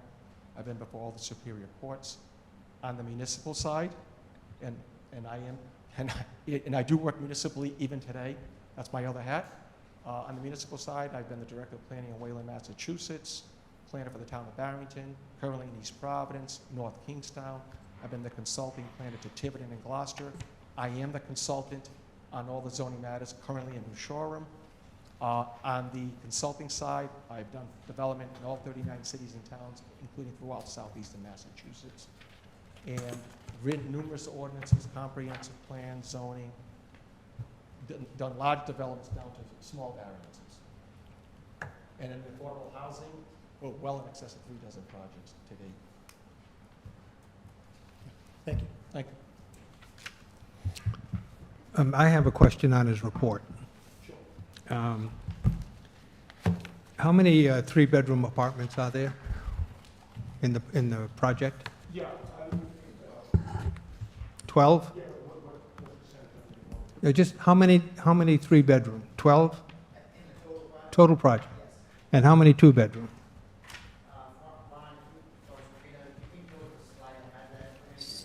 I just need a number. There are, overall, there is 71 bedroom, 62 62? two-bedroom, and Thank you. 12 three-bedroom. So with 62 two-bedroom and 12 three-bedroom, it's possible there could be up to 80 children that move into this complex. And yet in your report, you make the statement, the residential component will therefore in all likelihood avert introducing any school-aged children, thereby being a fiscal contributor unlike the typical residential development that results in tax depletion. Doesn't seem compatible with the numbers. I can show you up-to-date statistical data. I'm sorry, I apologize. I can show you statistical data that is brand-new data. We had the same discussion in East Greenwich recently when I did 2 affordable housing developments. Nationwide, and Rhode Island mirrors it, the small 1 and 2 bedroom units, typically, on the extreme end, you're looking at 1 in 10 or more likely 1 in 20 units realize a child. There's a 51 Well, new development in Central Falls that didn't realize a single child. So What I would like to ask is, could you do a more comprehensive analysis on the impact on schools, please? I think there was a market analysis. Yeah, thank you.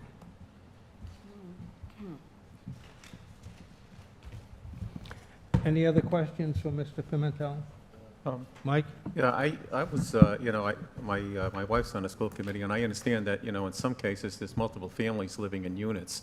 And, as a result, they both have children, and, there's, that adds to the amount of kids that are in school. And usually there's very special need type kids because of the language issues and other issues, So I could see this being a place where, you might see multiple families, in one unit and, with children and everything else, I can only tell you, not only reading from statistical data, but from practical experience of developments I've been involved in. Well, I'm talking There's about very practical few experience children. about people here, okay, that is saying this, okay, But there's very few children generated from 1 and 2 bedroom units. It's not the type of units that attract families. The 3 bedroom units may. The 3 bedroom units may attract a family with a child. 1 and 2 bedrooms do not attract children. Rarely do you see any degree of children being generated from this type of development. But we have a market analysis being done that will address that. But I'm just telling you, this isn't just hard data in a paper. I'm talking from practical experience. I've done numerous of these types of developments. And by the way, your own comprehensive plan talks about that the average unit in Middletown is a fraction. Now, even Middletown is experiencing less and less children. It's right out of your comprehensive plan. On top of that, on top of it all. We'll get that analysis. Thank you.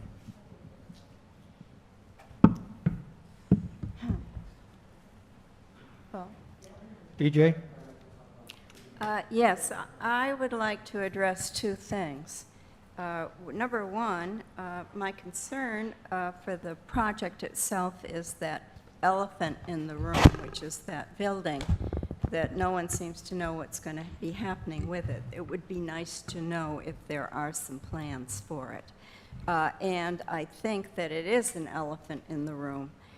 Secondly, I have to agree with Mike that there are families. You can have a 2-bedroom house. You can have 6 people in it. And I personally know here in Middletown that this does exist. And I think that there are perhaps people in the room who might be aware of this also. I would like to comment on the 10%, because this seems to be tossed around. I do know from experience being on the planning board in Coventry that my friend, Senator Lou Reptakis, has been for a long time tried to get mobile homes to be counted in with the 10%. And he has not been able to have success. We have a lot of mobile homes, or a number of them, here in Middletown. And this could possibly, if it were the legislature would decree it, could be part of this 10%. When Oxbow was taken off the 10%, that's when Middletown really decreased its number. So I just wanted to bring that out so that people here know that the 10%, I believe, is more arbitrary. And there are people who have been fighting this, like Lou Reptakis, for a long time in the state legislature. So that's just my feeling, particularly about the elephant in the room. Any other comments? Please proceed, Dave. Yes, if I could call Brett Pelletier.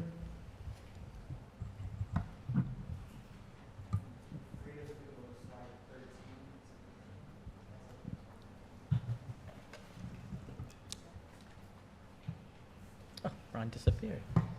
Where'd he go?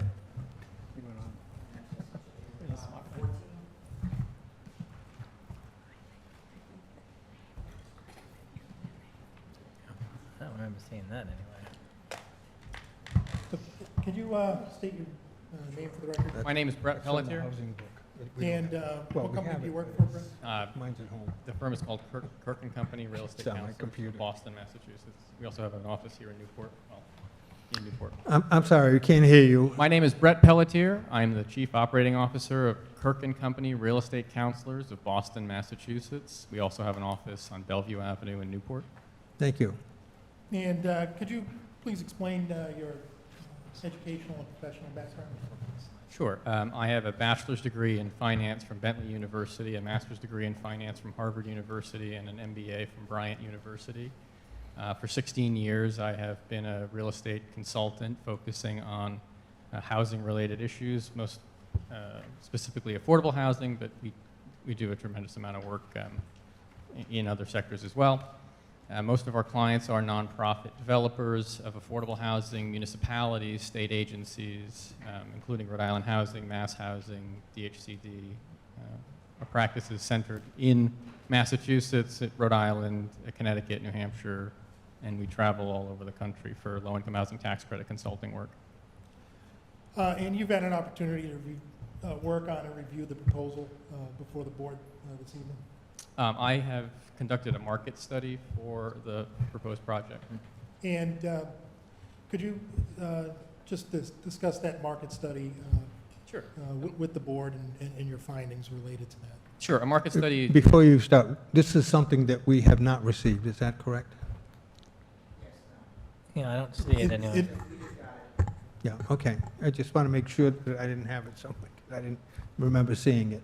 Traditionally, a market study is conducted for any project, multifamily project or otherwise, that is receiving consideration for financing from either a state agency or a federal agency or even a private bank.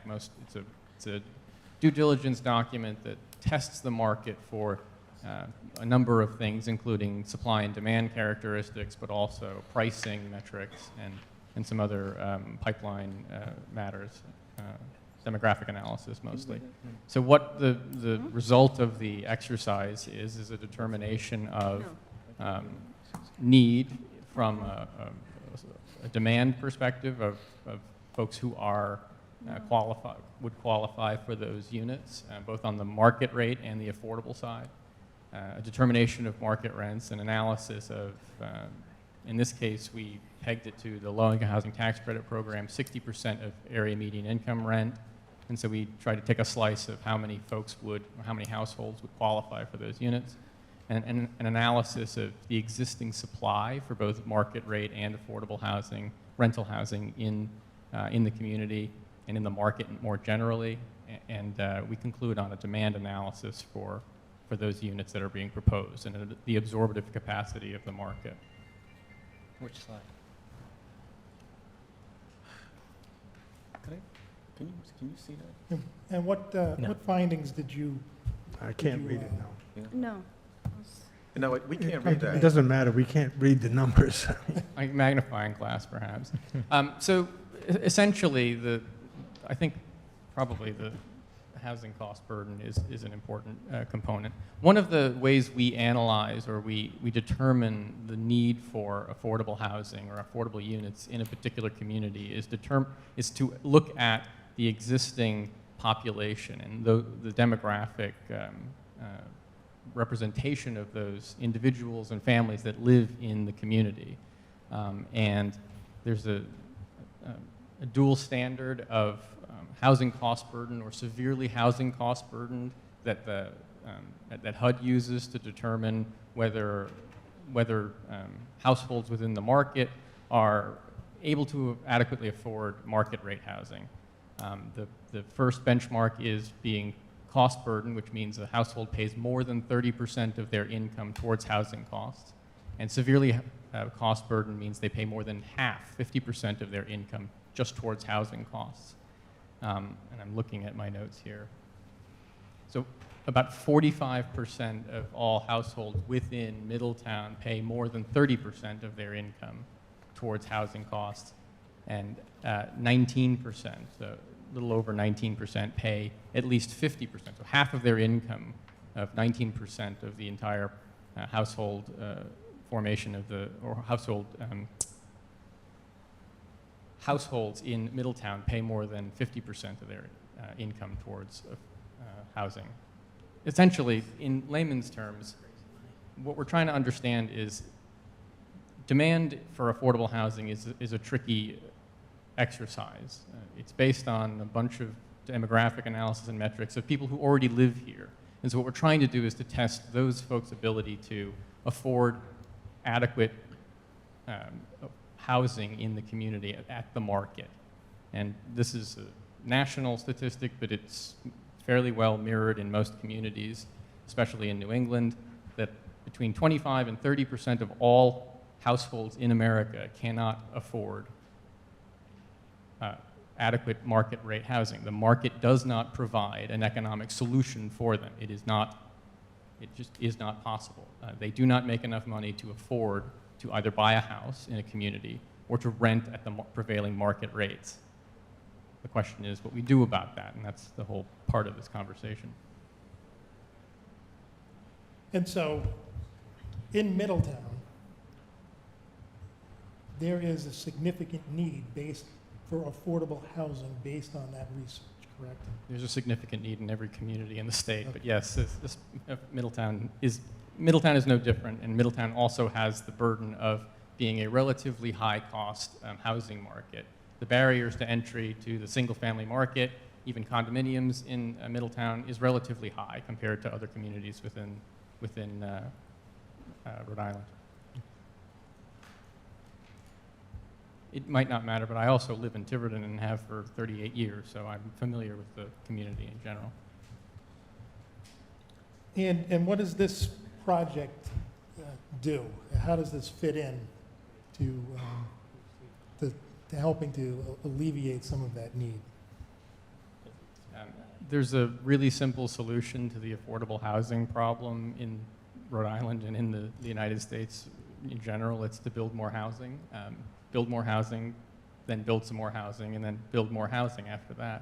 That's how you address a need, is to build high-quality, affordable housing that will serve residents that have a need for it. And this, at least, two things come to mind. This does it in two ways, and it's tenure, which is one of the major aspects of housing affordability. Is while there are some rental units in the community, there aren't that many rental units, and most of them were built a considerable time ago and have even now significant waiting lists for a lot of those units. So addition to supply of rental housing is diversifying the supply, but additionally having dedicated, and I think you've got 51 units of dedicated, affordable, permanently affordable, regulated housing provides an even deeper slice into that demographic pile.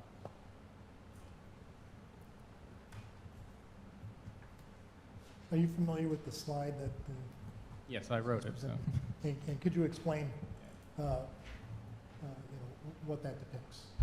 This is an attempt to quantify the demand through a metric which we use that is nationally used and recognized for. Would it be better if you went there? You can go with that's entirely up to you. I'm happy to travel. I'm wearing comfortable shoes. So what we do here is we take a slice, a demographic slice, and in this case we categorize the primary market area. It is the market area where we believe that the majority, 70 to 80% of all of your residents from this particular project will come from. And they typically come from outside of the community in addition to the community, so we don't limit it just to Middletown. But Middletown, so we took Aquidneck Island. It's a logical geographic boundary. So we've basically got 24,400, give or take, households that live in the primary market area. And out of those, approximately this is for 1 and 2 bedrooms, but we go up to 3 bedrooms as well, but we can kind of just do some round numbers. Between 7,400 and 8,800 households earn less than 60% of the area median income, and then therefore would qualify for a unit at a low-income housing tax credit project.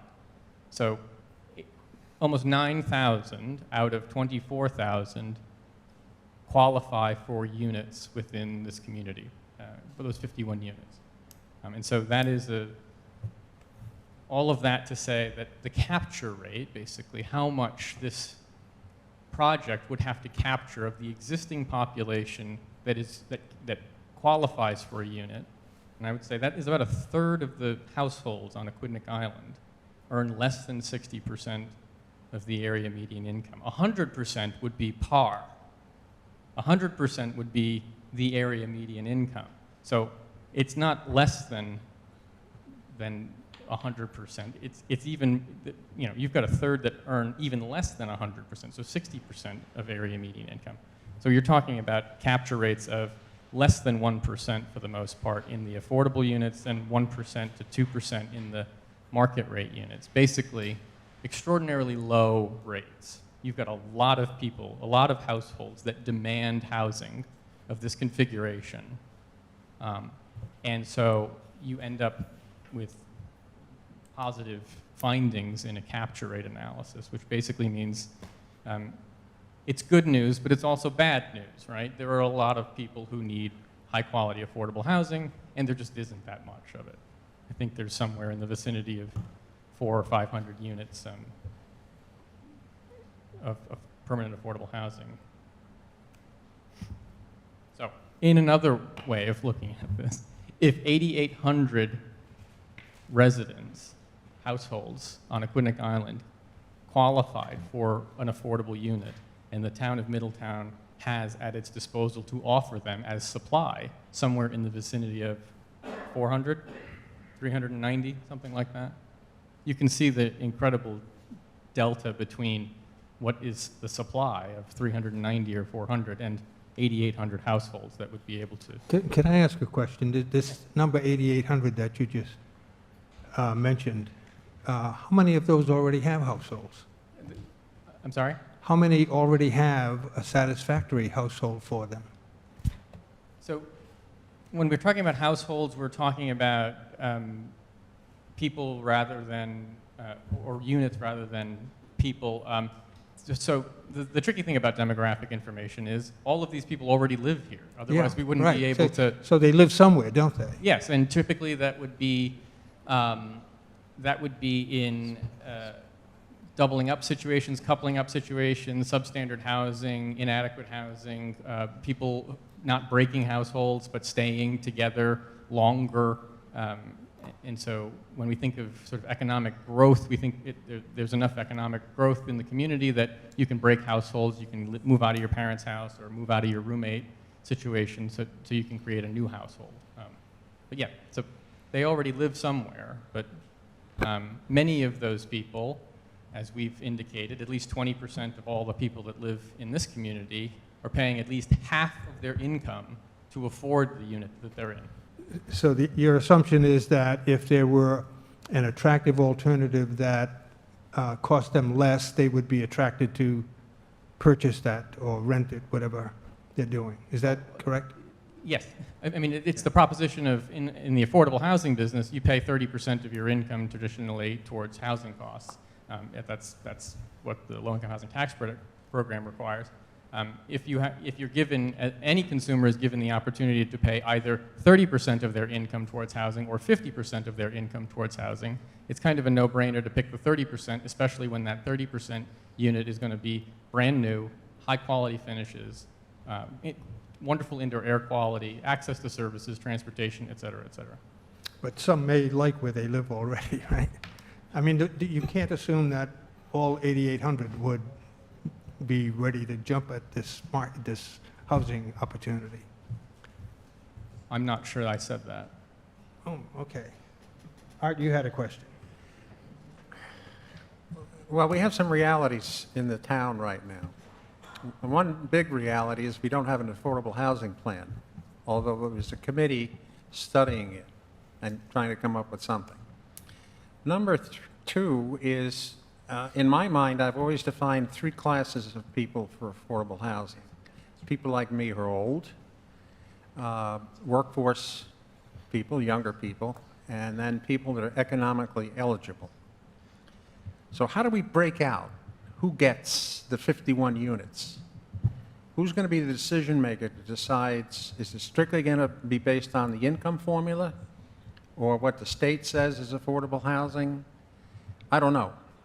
I don't have the answer to that particular question, but I'm concerned about it because I think each one of those classes needs attention and they need something to happen. So I find myself kind of wondering about it. I don't know if you can shed any light on that, but I think it's a problem right now that until we have an affordable housing plan that's viable here in Middletown, we've got a long way to go. Mr. Chairman, if I could, just to clarify for the record, the town does have an affordable housing plan. It's a component of the comprehensive plan.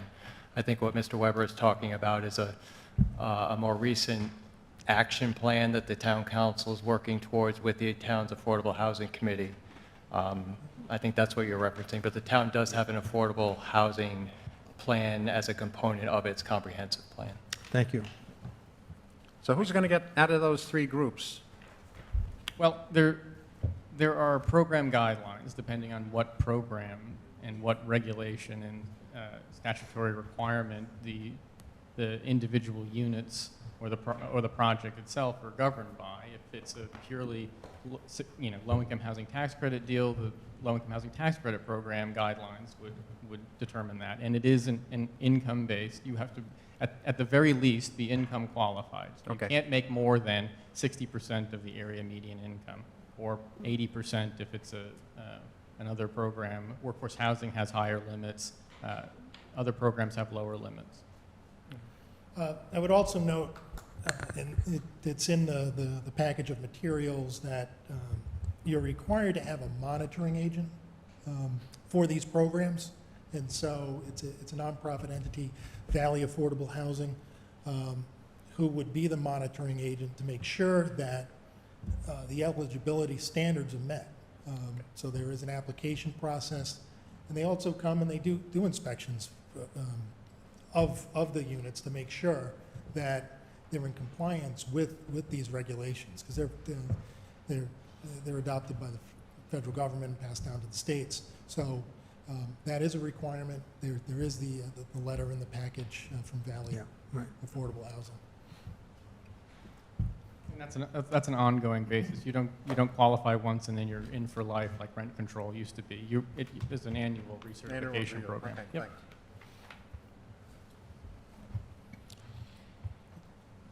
Any other comments or questions? Joe? Yeah, so it's fair to say, because I can't really read the slide from the angle I have, that, you look at supply and demand characteristics, and you would say that the demand certainly exceeds the supply. Yes. It's a very easy question to answer. Almost any community, anywhere, that's true, yeah.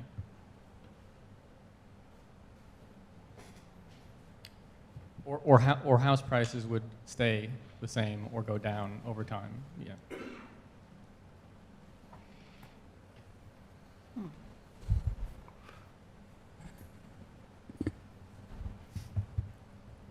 Thanks very much. Thank you. Thank you. Before we proceed, we take a brief recess. Certainly. We will reconvene at 8 o'clock.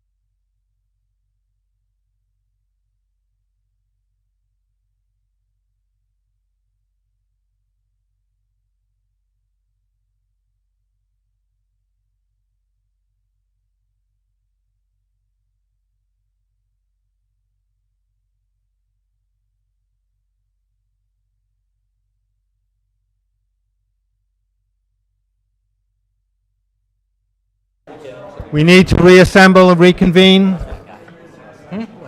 Buzz Alexander. Yeah.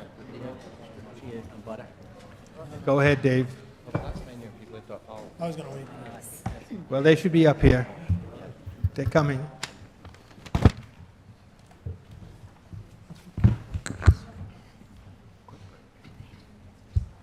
If I could ask Barbara Sokoloff to come up.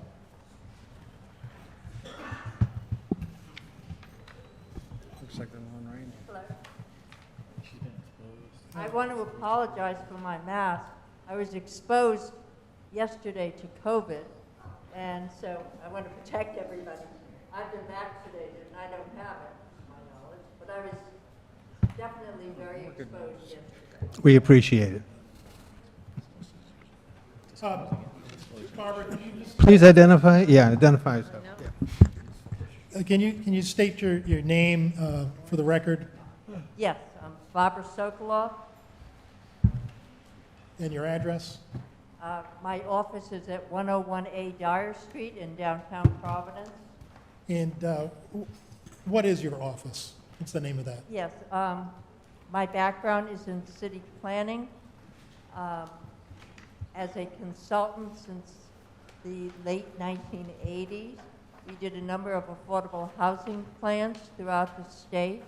However, our office really developed into community development finance, specializing in affordable housing. We've had approved 38 developments similar to this using low-income housing tax credits. Probably another 30 developments using the HUD 202 for elderly or disabled, as well as many other projects like that.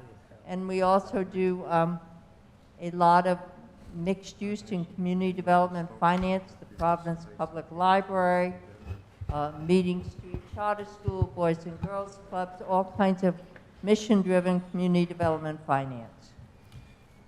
And what is your role in connection with this project? Yes, we were engaged to look at the feasibility, the financial feasibility for creating affordable housing units on this site and whether or not it would be possible to receive the necessary grants or low-income housing tax credits required to make affordable housing a reality. And you worked with submitting an application to Rhode Island Housing, is that correct? We requested and put together an application to Rhode Island Housing for a letter of eligibility to come under the comprehensive permit legislation. And on the screen, there's a letter from Rhode Island Housing dated August 20, 2021. Is that the letter of eligibility? Yes, it is, signed by Carol Ventura, the executive director. That application laid out the intentions of this project with the number of units, the financing, the rents, etc. And they found that the project was in accordance with the state guidelines relative to low and moderate income Yes, housing. yes. And you worked on and reviewed the pro forma that was part of this process, is that right? Yes, we developed the pro forma for the affordable housing unit. What I would comment here is that it's an extremely competitive process.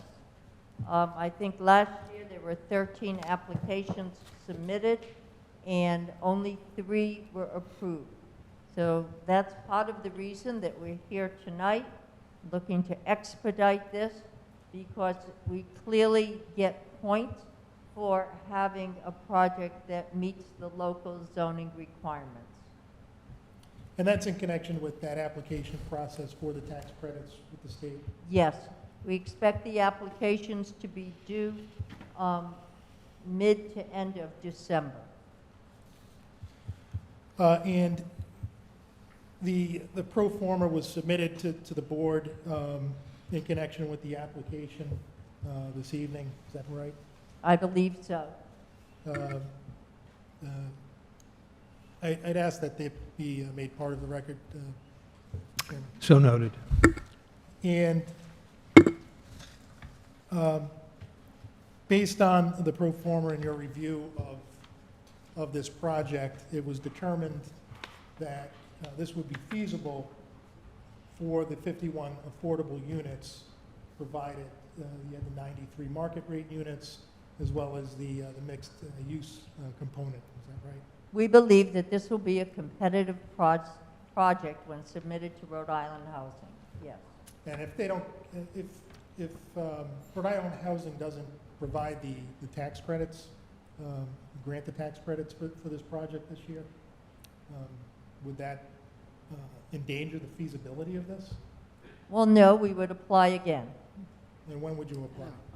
We would apply within the year, but, you know, the intention is to get approved this year. So they only review these once a year. That's correct. And you miss it this year, you're off till next year. And That that's is a- correct. And that's a delay to bringing affordable housing to this site. And that is for the 9% tax credit program, which provides about 60% of the equity for a project. And so the affordable component here is about $13 million, and it's through that low-income housing tax credit that the housing can be affordable and be below market rents. Thank you. Is there anything further you wanted to add? No? I don't know if the board has any questions. Questions or comments? Thank Guess we're all set. Thank you. Thank you. If I could call Virginia Branch. Virginia, if you could state your name and address for the record. Virginia Branch. My office is located at 151 Broadway in Providence. I've practiced architecture for over 25 years. The majority of my practice has been in the affordable housing realm. I feel passionately about creation of housing that's affordable, and I've contributed to about 2,000 units created in Rhode Island. And you've created the plans before the board this evening, is that right? Yes. Our design strategy here was to use vernacular style architecture in the creation of these buildings. The two front buildings that you see here are the two mixed-use buildings, focusing on the one to the northern part of the property right along West Main Road. And what you see here is one floor of retail commercial use on the ground and 2 levels of apartments above. The total height of this building as drawn is 40 feet. That is driven by wanting to have a slightly higher first floor space for retail use. You would like to have a 10-foot, 11-foot ceiling for those types of uses, and then an appropriately sized ceiling height for the 2 apartment levels above at about 8-foot ceilings. There's a 7-foot roof here that is used strategically to create this gable front that you would see in the neighborhood, but also we're using this to screen rooftop mechanical equipment. We feel that that is an appropriate use for the height, and generally the materials would be consistent with the vernacular architecture: clapboards, trim, double hung windows, asphalt shingle roof. So this is not a flat roof building. We could probably get the height to work if we did a flat roof building, but we didn't think that was appropriate. We think this type of a style of architecture is what's appropriate. In that roof line, there's no habitable space. That's correct. It's a design feature and used to screen rooftop equipment. Right, and to talk a little bit about the number of stories here, we're working to protect as much green space as possible. The 3 stories fits within the 40-foot requirement. By doing this, we're actually able to create 2 buildings that have elevators, and that is also adding to the ability for people who might have different types of mobility limitations to live in these buildings in an elevated building.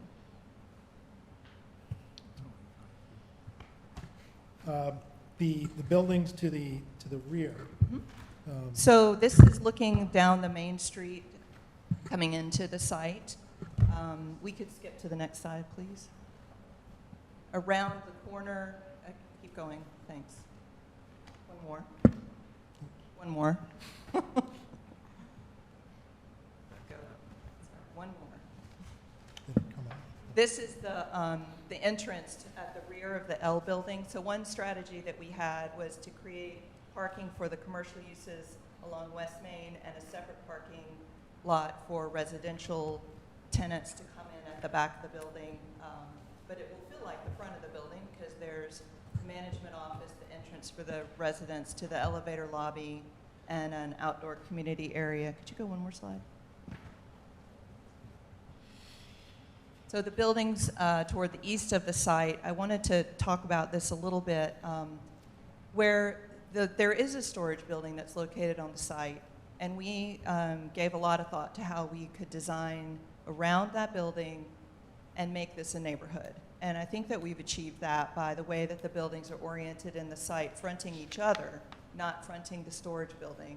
And we located the parking and a landscape screen along the edge of the boat storage building so that the property is really oriented within itself. And I feel that this is a really strong solution for working with the existing constraints of the site. And the units that are located in these buildings, are they primarily 2-bedroom units? These are a mix of the way this is designed is on the ground level. They're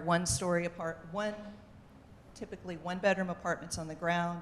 Then you go upstairs within a shared hallway, and above on the top 2 floors are 2-bedroom townhouses. So what you're seeing there are dormer windows, which are bedrooms for the townhouse units on the upper levels.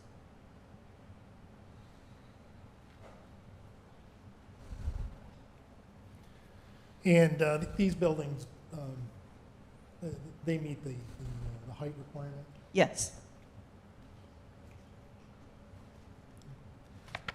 I don't have anything further. I don't know if the board has any questions. Virginia? I've just got one question. What's your general plan for the commercial units? What would you like to see there?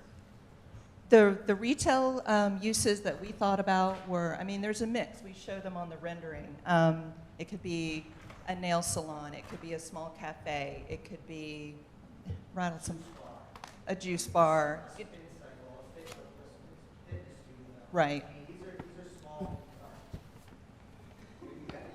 Right. So I think we're looking at small mom and pop type businesses, not large chains, not, I think that it's very possible that there could be a cafe, and we've designed areas for outdoor seating, small outdoor seating areas along the sidewalks, landscape walks, to make this something that's really pleasant to be going from store to store. Thank you. Question on that? Hold on. BJ, then John, then Bill. Thank you. Thank you. Yes, I think it's absolutely a lovely design, but I'm not certain that it fits into my concept of Middletown. I do know, and I mentioned this earlier, about the 3 stories. And the only 3 stories in Middletown are hotels and maybe 1 or 2 houses that extend into Newport. I think that the planning board here has spent a lot of time trying to create a concept of what Middletown is. I think it's a lovely design, but I'm not certain that it fits, at least with my concept of having grown up here in this community. and having traveled around the world, I came back to a community. I didn't expect to find something like this, but it is a very elegant design, I must say.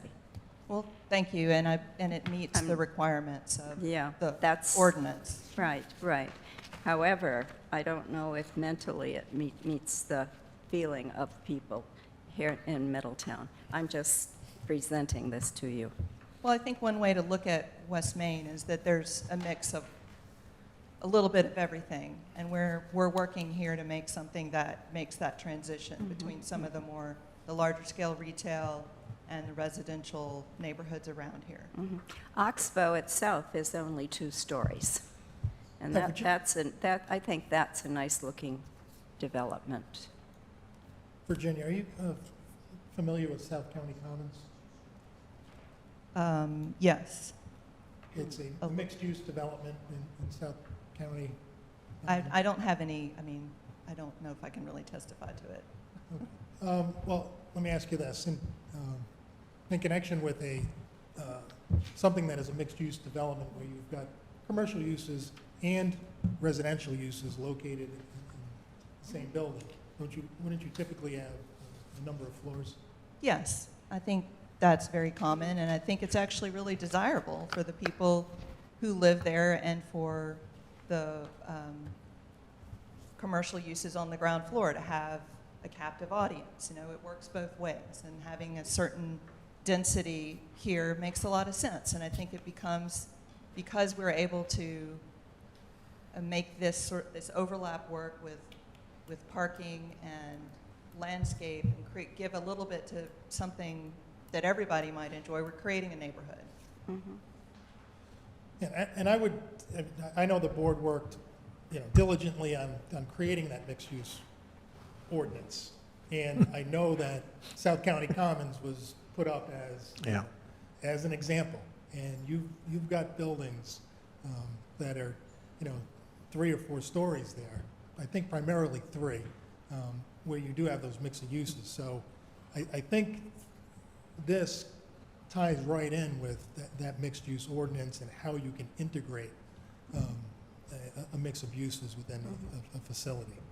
I think some of it is a mentality that one has, the Yankee mentality or something, What can I say? Yeah. I think we're going to find that the younger people that are moving into our communities have different values, and we have to. I would agree with you on that. We need to think differently sometimes and accommodate for that. John, Bill, and then Mike. On your retail square footage, what's the average square foot of your retail building? The average you square mean cost? Your or shops. You mean the average square amount? footage we of each have shop. 22,001 and 12,001 in the building here, and we have 11,000 in the building that's just. But of each you're going to segue them. It could vary. I think what we were looking at was 3,000 to 4,000 per space. Okay. But we have built flexibility into the way that the storefront would be arranged so that we could be flexible about the size spaces, but I think that's what we've envisioned. All right, thank you. Bill? Yeah, thank you, Paul. Thank you for your explanation. I have 2 questions. The first relates to the zoning, the uses that you're suggesting. Peter, or maybe you can explain the applicant. How does this work with the zone that they're in, and then as the uses come in, obviously they come in as vacant spaces, and then different uses want to go there. So how does that equate zoning and the uses in the zone that exists there today? That's actually a good question, because the issue with regard to the affordable residential component of this goes through the comprehensive permit. With regard to the specific uses that might go into the mixed-use portion of it, that is something that I would have to take a look at. You follow me, Dave, what I'm asking? And I can chat with Mr. Martin. Yeah, that'd be as great. well. I'm just curious, because obviously it's in the light industrial zone, you've got some challenges to putting a restaurant and putting a nail salon. So I'm just curious how that will work out going forward. as the development goes. And in part, I think that's why we've requested the relief as a mixed-use development, so that there's a table of uses associated with what's allowable within a mixed-use development. And- Right, but the zone is different, so I just maybe some clarification. I'd take a look at that, and then I can That's get back great. to the board. Thank you, at the Peter. next meeting Perfect. with how that might work going forward.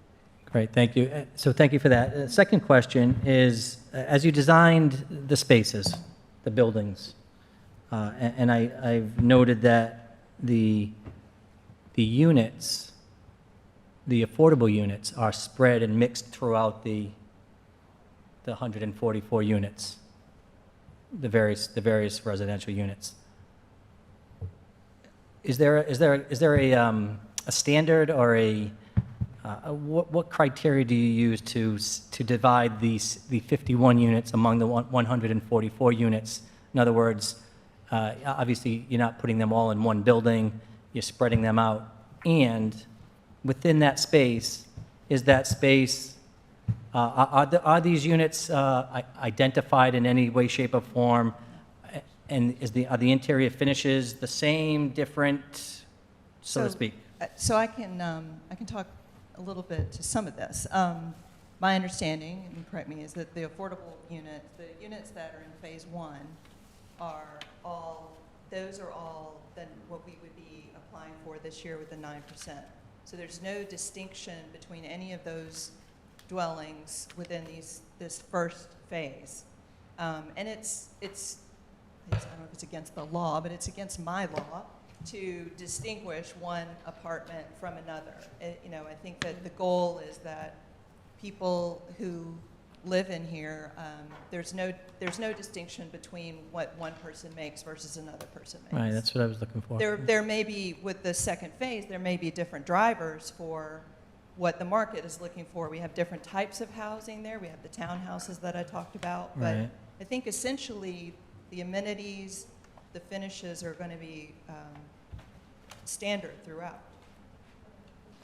And one of the requirements of the comprehensive permit law is that they have to be similar. Right. Isn't that right? You can't make a distinction. That's true. So that's good. That's what I was looking for.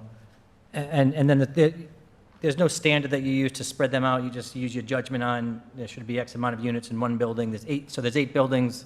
You spread them out somewhat judiciously on where they go. There was really No, we have, we're not, in the second phase, we've discussed that we might go after workforce housing, which is, maybe that's a different income level, but I feel that the design of the buildings would all be compatible, that they're going to be, the design of the buildings and the design of the interior finishes are going to be standardized. When you're working with Rhode Island Housing, they have standards, they have design standards. That's what I was looking for. Right, and so we'll be following those, and in a lot of cases, I predict we will be going and making betterments to what their guidelines might require, because we want these to be marketable. These apartments, we want them to be in demand. We want people to want to live here. Of course, yeah, thank you. That's what I was looking for. Thank you, Paul. Mike? When I was looking at this, this was put together by Mr. Pimentel, and he talked about having the affordable housing in the first stage so that they can qualify for the loans. But I thought one of the objectives was to mix the affordable with the workforce and with the market value. And so that would imply that, the affordable housing gets mixed, all throughout the development, not just in the first 2 buildings in the first phase. So I'm a little confused there, because it sounds like, if you're going to have a lot of the affordable housing together in 2 buildings and maybe all the other categories in the other buildings, So what is the actual, idea? I think I'd like Derek to answer that. So yes, the first phase is the 2 buildings with 64 units, 51 of which are affordable. We didn't get to it, Yeah. but I have a couple of slides that show the competitive nature and how many units are, like we talked about this on the site, are generally allowable through the application to achieve the credits, the 1.3 million per year that's allotted by Rhode Island Housing. So, and the tax credit investors generally expect an 80-20 mix in order to invest in the credits. So in order for any one round, you would have to do 80-20 to be eligible for the credits. So that's why our 51 are in the first phase. The second phase would be market and workforce. Workforce, in my opinion, in terms of the subsidy is in flux right now, but we would actively look at, which also qualifies as affordable, actively look at mixing workforce in with the market rate in the back. So I've always said, and I think Ron will opine on this, that the second phase is market and workforce. We just don't know how much workforce because the guidelines are changing. Next year, there could be more money, different amounts of money.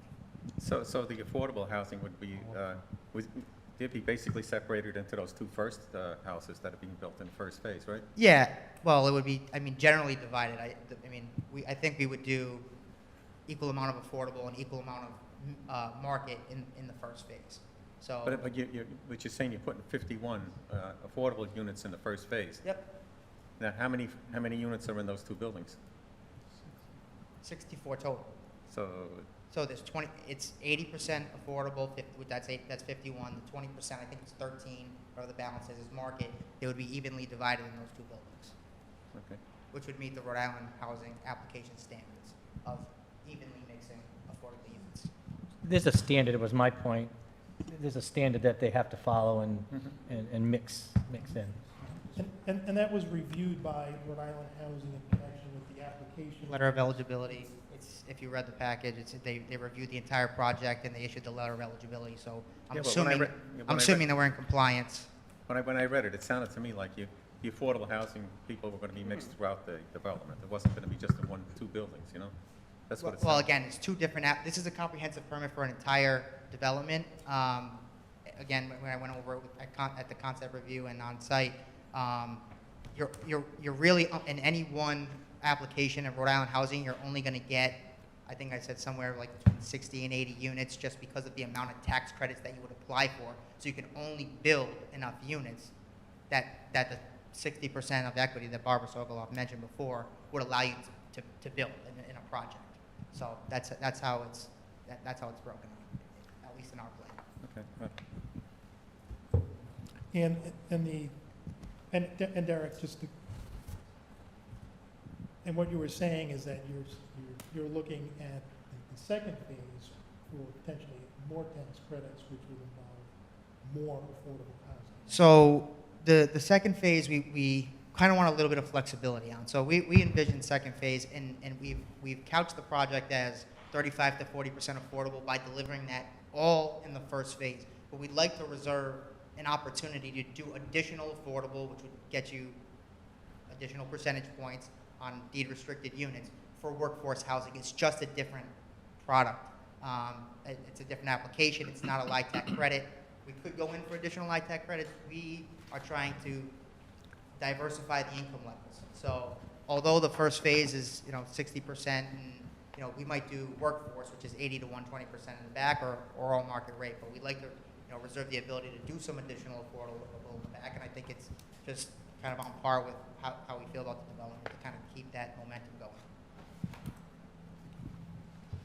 Other comments, questions?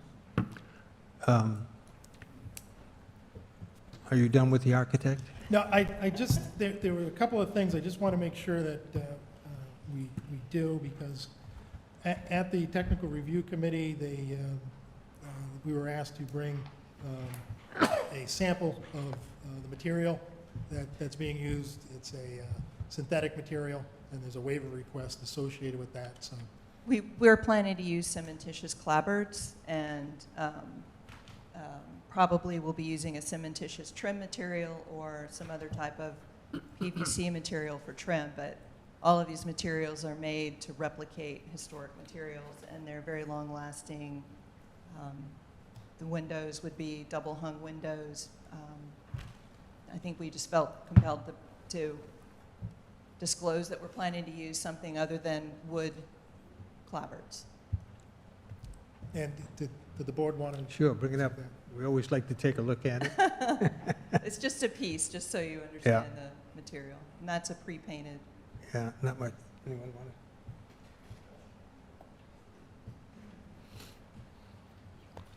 Quacks like a duck. Yeah. Quacks like a duck, it's a duck.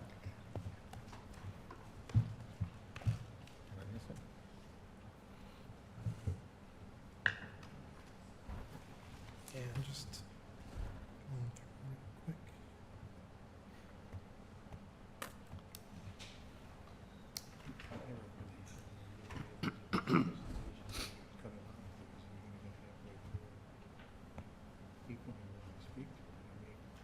I don't have any, and you've submitted the architectural plans and renderings that were part of the application. I have. Yeah, and I would ask that those be made part of the So noted. record. I have no further questions. Okay, before you proceed with your next one, I have a question for Ms. Sokoloff, which I should have asked before she sat down.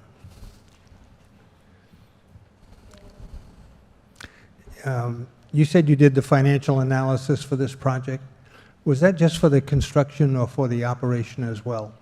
What's it, what? Was it just for the construction of the facility, or was it for the operation of it as well? We also, I'm assuming that, you know, as part, not assuming, but as part of this, we do the income and expenses. So Once that way, it's that's operating. part of determining how much money is available for a mortgage. So we do, you know, a full 20-year operating budget. And your assumptions for income were based on long-term rentals for these apartments? They were what? Were your assumptions for the income that you used in your analysis based on long-term rentals for these apartments? Yeah, long-term rentals, yeah. And is that the intent, that they would all be long-term rentals? As they have to be. There needs to be at least a 6-month lease. It may be a 1-year lease. You know, I'm not certain what Rhode Island housing's requirements are, but they've generally been at least 1-year leases. So the Rhode Island statute has some say in this issue, I'm gathering.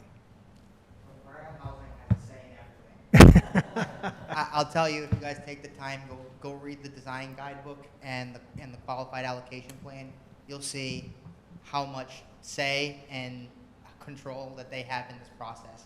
I was actually shocked when I first started this endeavor to see that. But a lot of this process, including some of the market rate stuff, they do have input. So a lot of what we do is actually. Thank you. They have strong oversight. That's an understatement. Putting it mildly. Okay, thank you very much. And let me just add, as a part of that, the debt service coverage has to be 1.15, you know, to show over a 20-year period at that amount. And there's also reserve replacement. It's very carefully funded and monitored. Who does the monitoring? The monitoring, well, there are 2 levels of monitoring. There are monitoring agents, which really look at, you know, the people that are in there, making certain that they're qualified, et cetera. But I was referring to the overall monitoring, which is done by Rhode Island Housing. They do it too. You know, they watch these projects on an annual basis. Thank you. I don't have any further witnesses at this point. Well, are there any further comments from the members of the board? Maybe we can take some comments from the public. Is there anyone from the public who would like to speak?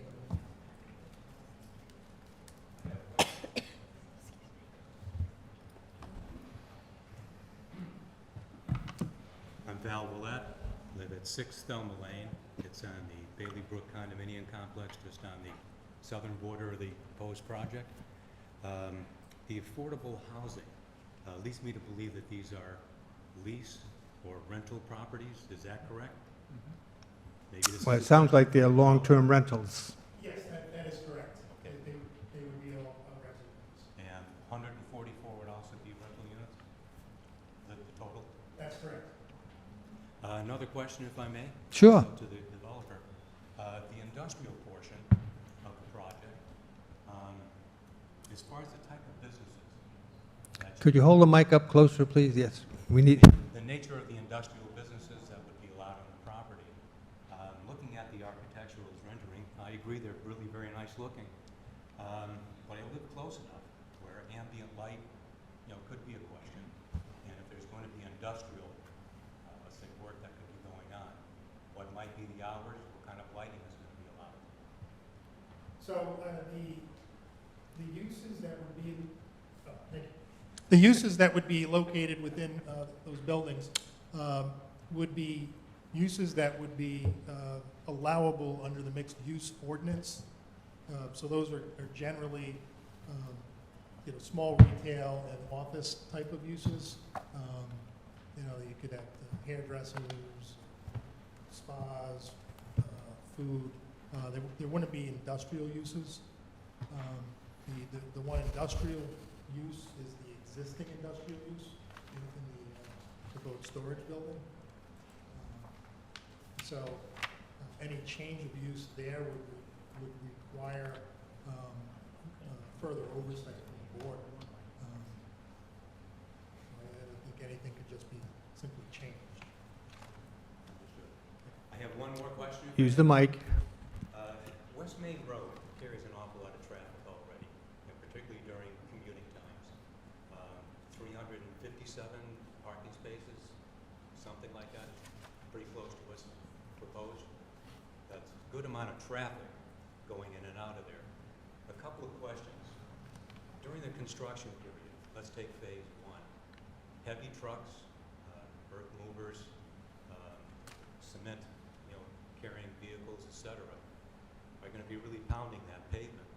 I believe this is probably a state road, West Main. Are there plans where the state is going to resurface and improve the road to be able to handle that traffic? I don't know what the state plans are relative to West Main Road, but what I would say is that this development does require obtaining a permit from the state, so from DOT. And so they do look at construction entrances and what is being done there. I think, Victoria, you may have a little bit more knowledge relative to that. I'm not sure what DOT has in store and plans for repaving the roadway. That's something that they would consider as part of the physical alteration permit submission. And as mentioned earlier, we do have a pre-application meeting that we're trying to set up with them in the next couple weeks to talk about this development. So the team collectively should have a better idea about what their goals are for this stretch of the roadway. And to answer your prior question, we did submit as part of the package. I don't know what number on the, I actually don't know if it's part of the PowerPoint. It is part of the architectural slides, I think. Yeah, right there. So that's a photometric plan that we had a consultant prepare that shows the proposed light locations with their light projections. So you can kind of see the limits of the lighting projecting in the parking lot vicinity, and also the fact that it doesn't cross the property line. And all the lighting would have to be dark sky compliant.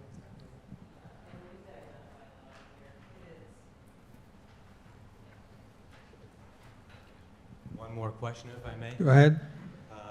As far as the reach for candidates, who would be, let's say, allowed, for, let's say, the low, medium income housing, et cetera, is there a limit for, let's say, could they come from Providence, could they come from Westerly, could they come from Massachusetts, even the Boston metro area? Yeah, I don't think that we can discriminate on the basis of where someone's from. So think that would be my answer, unless, Barbara, you've got.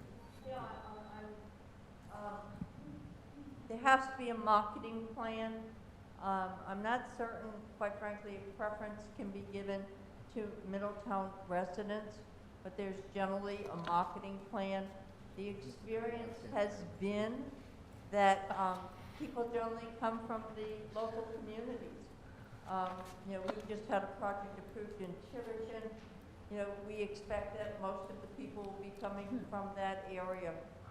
We have projects in Cumberland, and generally the people come from the area. Thank you. My name's Spence Harbor. I live in Bailey Brook condominiums. Just a quick question. Are there examples in Rhode Island of similar developments with multi-use, similar metrics in terms of percentage mixes that we could look at? I don't exactly understand the question. There are a lot of developments like this. The one that we're doing in Tiverton right now is 3 stories. You know, we have a lot of buildings like this. I mentioned in Cumberland. We just did a project in Georgeville in Smithfield, Georgeville Village. That's won all kinds of national awards. So there are all kinds of projects. The 3-story is not unusual, and particularly the way that Virginia has designed it so that it's a townhouse over a flat. I'm sure that you have a lot of houses, single-family houses in Middletown that are like that, you know, that have that same shape to them, you know. I was asking more around density, for example, like similar with number of parking, the mixed use, of course, the light industrial is going to be an exception. Take the mic, please, and repeat your question. I was going to say density. I would be interested in seeing similar developments with a similar density as proposed, as well as I said, light industrial is sort of an anomaly, you know, in terms of the mix, but similar multi-use would be what I would be interested in, as well as the metrics around the affordable housing, similar, just so that I can see what that looks like. It sounds like a lot of it's going on. It'd be great just to be able to drive through those sorts of developments.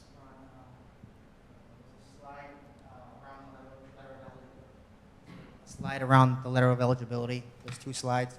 One has the applicants for the most recent round, or was it 2020 round? Up. 3 more. So you can go on Rhode Island Housing and get some of this information. Go up 1 more, Ron. All of this stuff is done through Rhode Island Housing. So you can access their website, call them up. They'll give you, you know, and a lot of these projects are designed by the shape of the parcel, what town you're in. But again, these are just some of the developers who have applied for units, and you can see some of these projects are 2-phase projects. So if you talk about density, it could be 70 in the first phase, 70 in the second phase. Which is why, as I explained before, you're looking at 64 units in the first phase, because generally that's what the credits will allow you to build in any one phase. You max out. So this is just 2021. And then, Ron, go down. Sorry. To the winners. All right, so these are the what you want to look at, because these are the projects that get built. So. Yeah, I'll tell you, they don't make it easy to find either. So, but call them up, get as much information as you can. I'll just mention for the benefit of the public, I'll post this presentation to the website, the town website, tomorrow morning, so it'll all be available for you. Go ahead.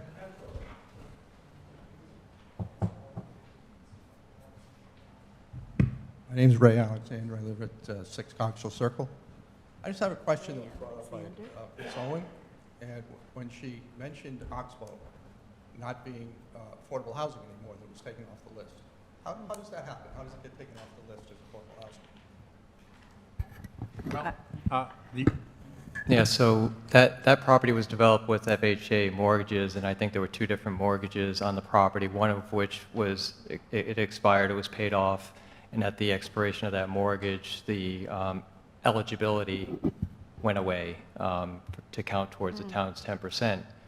That's not to say that the units immediately became unaffordable or they raised the rents or anything like that. It's just that they, because of that technicality, they no longer count towards the town's 10%. Well, the reason I ask is this project is being touted as an affordable project, affordable housing project. So if it can come off the affordable housing list at some point, is there any guarantee in there that this will remain affordable housing for some period of time? It's going to be a minimum of Or 30. can they refinance? Well, it's a minimum of 30 years. 30 years? Yep. Okay, all right, that's good. And one other question, if I could, please? Sure. On the, one thing that was discussed a couple of times, or brought up a couple of times, about the residential neighborhoods. This is really a residential area, it shouldn't be zoned light industrial. And that brings up a point. The back buildings are going to be smack dab between 2 residential areas, 2 residential neighborhoods. There's also a solar farm being planned between those 2 same residential neighborhoods, right next to this development. So the 3-story buildings, people with single, 1-level and 2-level houses are going to be staring right at the 3-story building in the back, which is, you know, not the best change from open fields to 3-story buildings. And also the watershed area, particularly on Amesbury Circle, that's a real wetlands down there. That gets water coming from those fields already. When the solar plan goes in and this plan goes in, what's going to happen to those houses that are already at the edge of the wetlands, getting extra water as it is? So, you know, what are the real mitigation things going to be for those 2 neighborhoods? The West Main Road address leads one to believe this development is on West Main Road, but it really goes back, you know, 3/4 of a mile or more up between 2 residential neighborhoods with all the water coming down to the south. So I think if the board looks really not just at the development, but the effects of this development and what the real mitigation standards are going to be for these residential neighborhoods. One other, There's a question in there. yeah, one other thing on Well said. Oxbow. We have asked our legislators, our state legislators, to make a case that we really have, whether it's an administrative situation, it's affordable housing. Okay, we haven't succeeded there. And the other one that BJ brought up is trailers. Trailers do not qualify for affordable housing, which is, to me, a mistake. So I think we do have, we can pick a few units up here and there, but the Oxbow thing was an administrative thing, and there's nothing at least we can do about it at this point. And the engineering part of it, relative to the 2 residential developments between this unit, that's all a preliminary plan submission, that full engineering. I'm sure they're well aware of that. If they're not, then they wouldn't be sitting here tonight, but they've already done some preliminary work on it from what they've testified to. So I'm sure that there are standards that they need to meet, and they will have to meet those. Or not only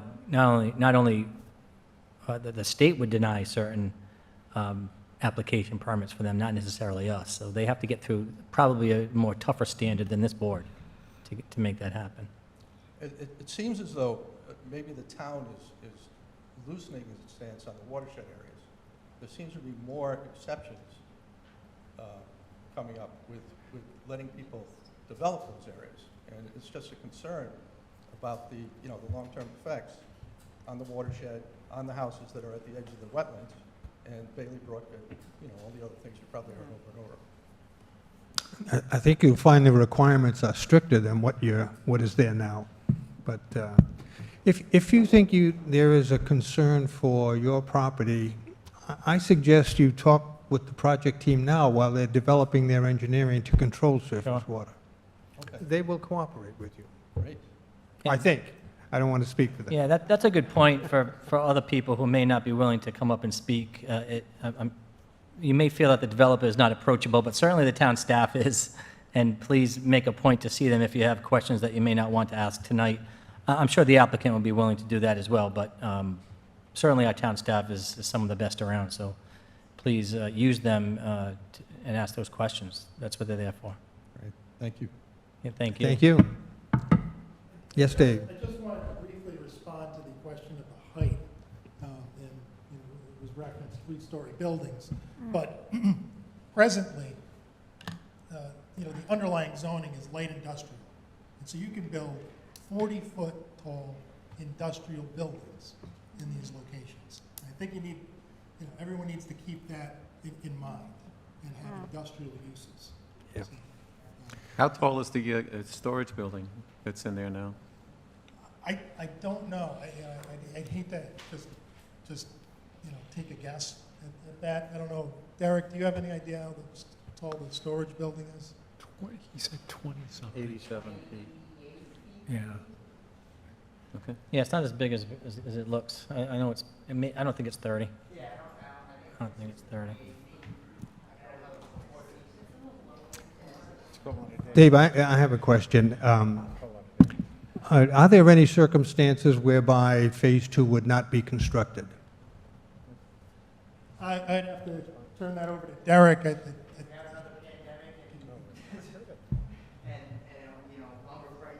Sorry, guys. It's, look, nobody has a crystal ball, and, everything's based on the market. And again, if prices triple, and it's not affordable to build.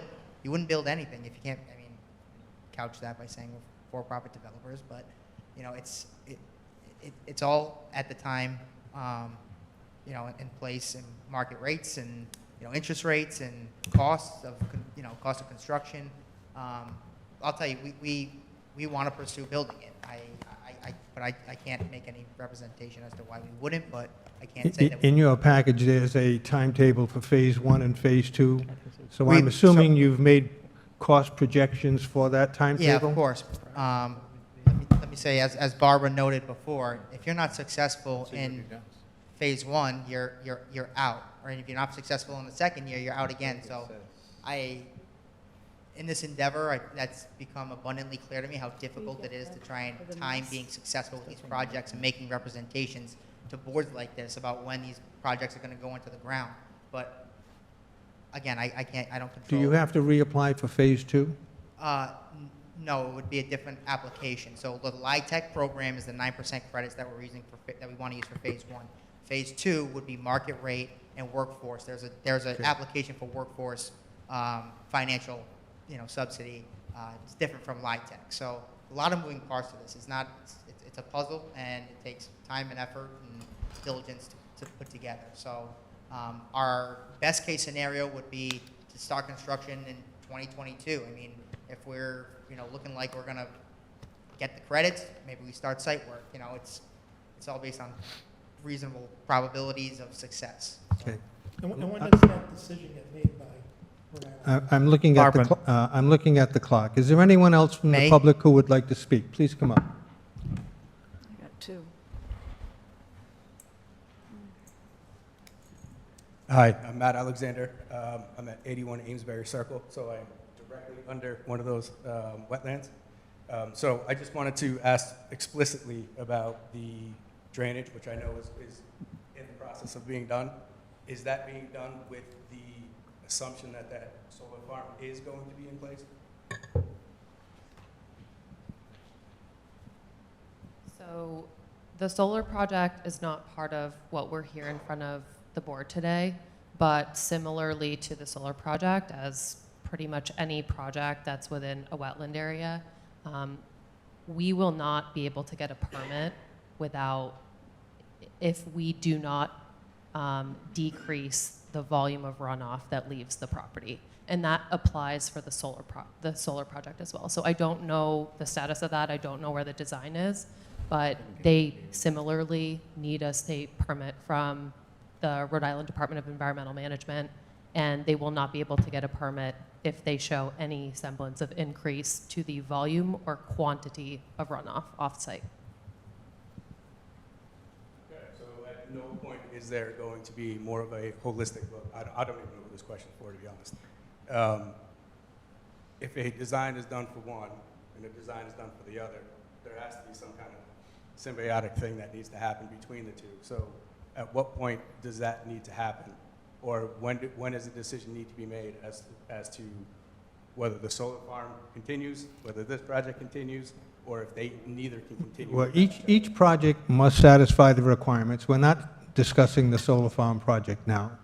But they have to meet the requirements, just like this project team has to meet the requirements of both the town and the state. No, I can appreciate that. Yeah. I'm going a little bit above and beyond here, but for me, these are connected. This is my entire backyard for both of these projects. Well, we always encourage one project to talk to the neighbors. We always do that. So. Okay. The only other question I had, I think it was to further this gentleman's question a little bit further. I actually forgot what I was going to say now. Which is really embarrassing. It's late, it's okay. Think about it. Oh, it was, it sounds like the expectation for the affordable housing isn't going to benefit Aquidneck Island if there's an understanding that most of the people that will be getting these houses will be coming from off of Aquidneck Island. I just want to make sure that I heard that correctly from you. And if I've said anything wrong, please correct me. I think what I've said is that the experience is that most of the people that come into these developments are, from the general area.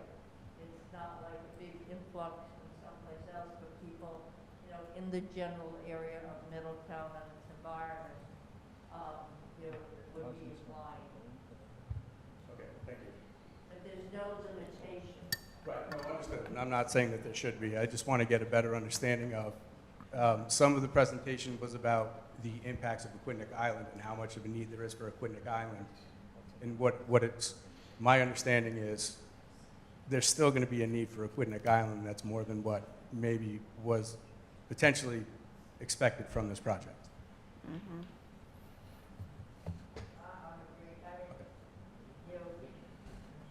People generally come from, the local environment, the local area. I haven't done we have a project renting up now we have a project renting up in North Kingstown right now, and, that's 3-story senior housing. But, I think that people in the general area, and we can find that out for you for these developments. Thank you. That's all. Thank you. Did you want to speak?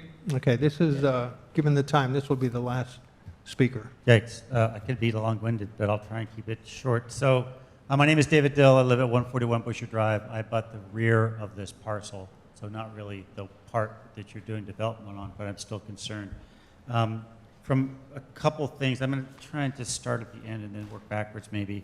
But the applicants, you've been beating the drum pretty hard of the need for housing on the island and in the state in general, and I don't disagree. As someone who travels back and forth up and down West Main Road quite a bit, I'm concerned about the traffic. I can tell you when we moved here 12 years ago that quite a bit of effort went into repaving West Main Road and timing those lights all the way down. At that time, I was taking kids to Middletown High School, and I would just go down East Main Road because it was just such an absolute nightmare. So I don't know what the answer is for traffic, but I know there's two options that I see, and one is cutting through our neighborhood, which I absolutely will fight tooth and nail to go down to Laura Drive. This property could easily reach into that. I just can't imagine doing that to our neighborhood. It's about 55 homes. We have a light, thank goodness, because I would never be able to get out onto West Main Road without that light. There have been accidents there. There's accidents on West Main Road every single day. There have been deaths. That's got to be serious. And if you need 2 entrances or curb cuts onto West Main Road, then that's what you have to do. If you have to have 2 lights there, then maybe that's what you have to do. If you come here to work from off the island, you come here to work because you have a job here. Maybe you'd like to live here and you can't afford it. That's not my problem. I do, and I love it here. So that's just really important to me about the whole traffic situation. In terms of housing, we are going to need a ton of it in the next 5 to 10 years based on where I sit professionally. And I would rather see, people living in that first floor rather than have commercial development north of Oliphant Lane. That's just kind of, I don't know whether it's a written rule or an unwritten rule. I think you're supposed to address the planning board. Oh, I'm sorry, sir. It's okay. Yeah, you're absolutely right. So, if the board could take those two considerations into account. I know that some of the history of the project there's been some contaminated soil, so I would expect that to be addressed if we're going to have kids living back there. To the point of the layout, I agree it's a very elegant design. It's well thought out. As a consultant mechanical engineer, I brush up against architects all the time, and I've actually come to respect them, so most of them are pretty good. So it's a good design. But I kind of wonder about, I can't imagine that there wouldn't be kids back there, and if we're going to have kids back there, then we need to have parks, some play space, some safe play space, and I don't mean like retention ponds. Speaking of that, I hope those are, part of the plan would be to keep those landscaped and cut. I think the ones in front of Browns Lane, the commercial development there is an excellent example for how that's done. The one in our development is not. I'm concerned, I'm interested in what the status of the sewer easement is because I understand that may be holding up the solar farm. Also, I'm a supporter of the solar farm, by the way. And the access to the solar farm, if that ever actually takes off, is a concern to me. I know there's not a lot of maintenance that goes on with the solar farm, but more trucks and traffic back there would be a concern of mine. I'm absolutely astonished that we're going to maintain this old bus garage, skater island, whatever. It's an eyesore in the middle of the property. I think the architect gets kudos for the way that the buildings are laid out so that you've got kind of the gable end facing that, but it just seems to me that unless it's just a huge cash cow, that just needs to go away. It's been there long enough. I got to believe there's something else going on there. Maybe it's a contaminated soils issue, maybe it's a runoff issue. I got to believe there's some dollar signs associated with that. So those are, I think, most of my concerns. Again, we desperately need housing. It's probably, maybe the solar farm, in my opinion, is the highest and best use because that's the least impact to my property, but I just don't think we should have commercial development north of Oliphant Lane. Anything commercially is necessary for the people who live in there. It's just a stone's throw down the road. As long as the town keeps the sidewalks plowed, you can get there pretty easily.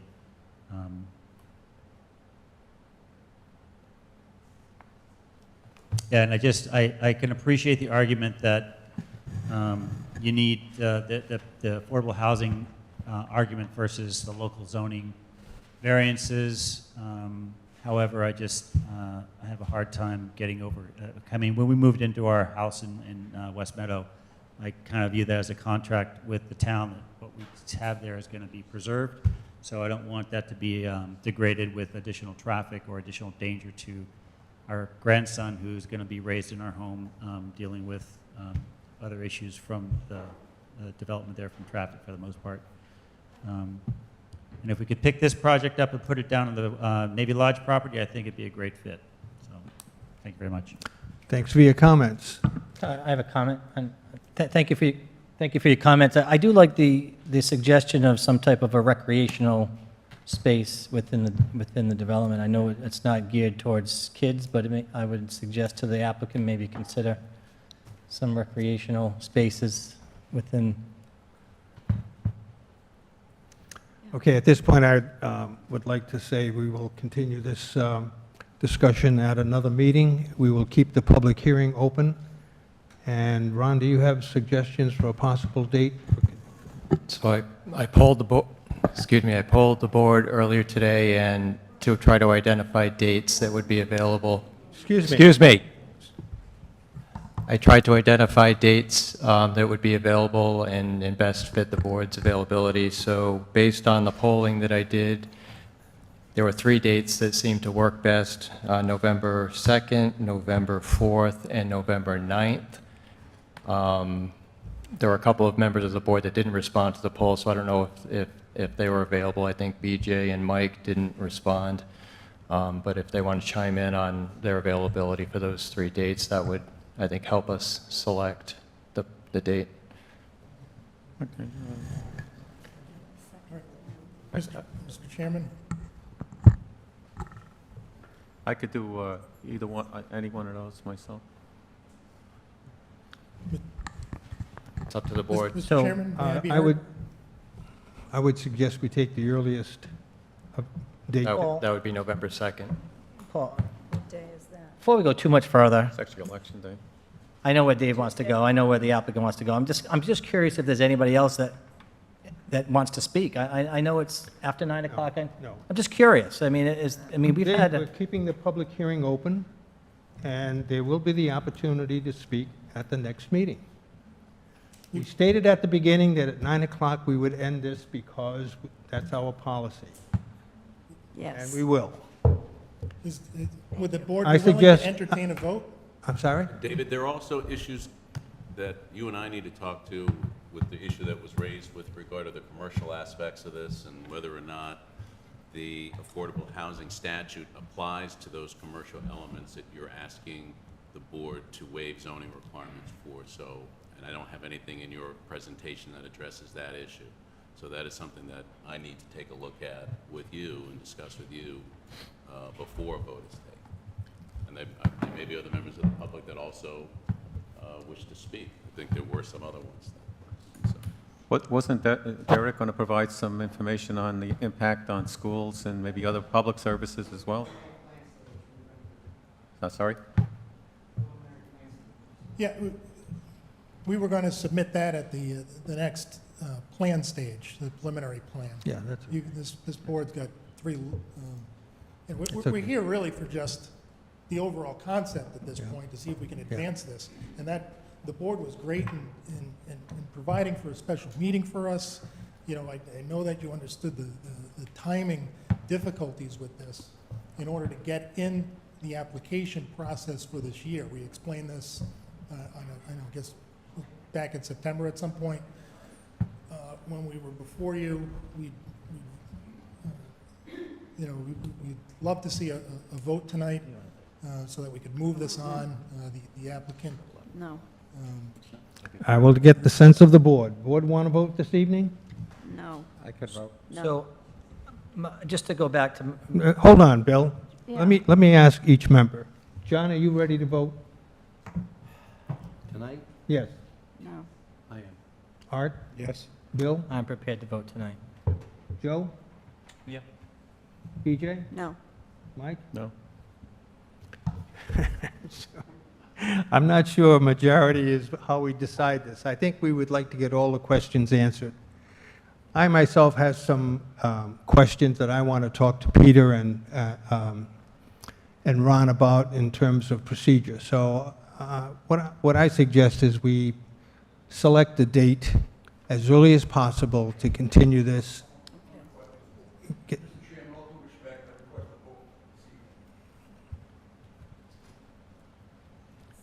Well, No. Peter, are we forced to vote with No, that you're not request? forced, you're not forced to vote. It's at the discretion of the board, and I would first believe there may be members of the public that still wish to weigh in on this. Well, it's going to take time. It's going to take more time. Is that what the board wants? Look, I'm not opposed. Could, Mr. Chair, hold on a second. he's out of order. Mr. Chairman, my name is Mr. Vincent Messalella. I'm a principal in Messalella Development Corporation. I'm respectfully requesting that the board vote this evening on this project. You may understand that the cost associated with coming to this board is extraordinary. I don't intend to spend another $10,000 to come here next week or the week after. I'm requesting a vote of this board. It's very expensive, and time is of the essence in this process. We're trying to accommodate you. And I certainly appreciate that, Mr. Chairman. You must And I do respect that. But, Mr. Chairman, I'm requesting a vote of the I board hear you. this evening. I hear you. I hear you. If we're going to do a vote, I'm going to allow all in the public who want to speak. We're going to be here a while. I'm not so sure of that. That's why I asked if there was anybody Okay. here that wanted to speak. Again, I will take a sense of the board. Mr. Willie? Chairman, I think if you want to determine whether members of the public want to speak, you need to ask the members of the public and determine whether anyone else wants to be heard. Yeah, I understand that. Is there anyone else in the public who wishes to speak? Come on up.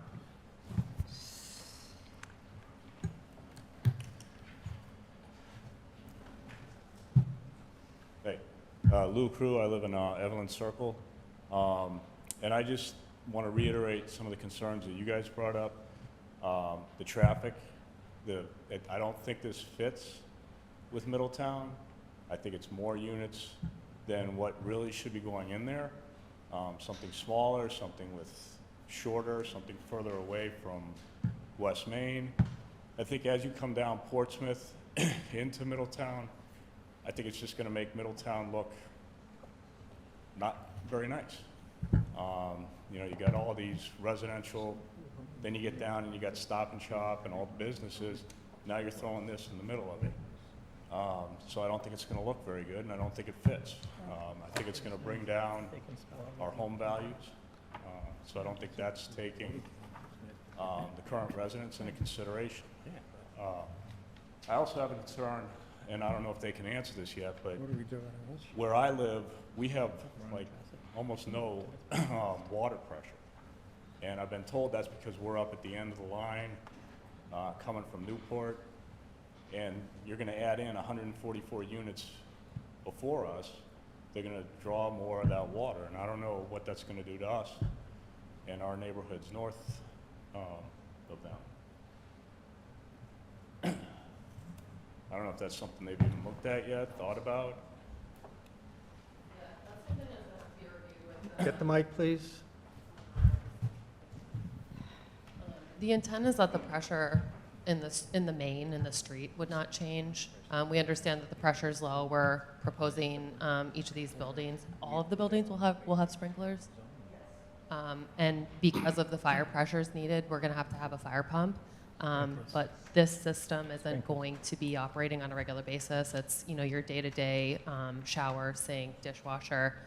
So, you know, the intent is that the pressure in the main would not be reduced, but that's something we're going to have to work with both the town and Newport, which supplies the water for. Well, that's, I mean, for us, that's a pretty big concern. And like I said, I just don't think, I don't think this fits where it goes. I mean, they keep talking about this is zoned for light industrial, and they're throwing in something that's residential, but it's also mixed use. It's also throwing in stores. You know, that we don't have stores up in that area right now. And I really don't see a need for more stores when you've got all these vacant, you know, Benny's and all these other vacant storefronts going down West Main. Why do we need to add more of those? So that's just my thoughts. Thank you. Thank you. Anyone else from the public who wishes to speak? Come on up. It's your second time. We're keeping track. David Dill again. Yeah, I would just say that I appreciate the board having a special meeting. I think there's been a lot of really good questions asked here, and I appreciate how much it costs to bring the kind of consultants and technical horsepower that's present in the room tonight. However, I think those questions need to be answered. And I took time off of my job to come here tonight. I've got a babysitter at home with my grandson. And I think the rest of the town of Middletown is probably not here tonight that might have an opinion or something to say here. So if we need to delay or to have a vote on this, then I would say shut it down. They can come back. I think the grand scheme of things, I'm not a businessman, but I think this project would be great. It may take a year or two, but once it gets built, there's a lot of money to be made here. Market force housing, workforce housing, I don't care what you call housing on this island. They're going to get the tax credits, whatever. I don't understand that part either. But this is a cash cow as far as I can see. So thank you very much for your indulgence. Thank you. Anyone else?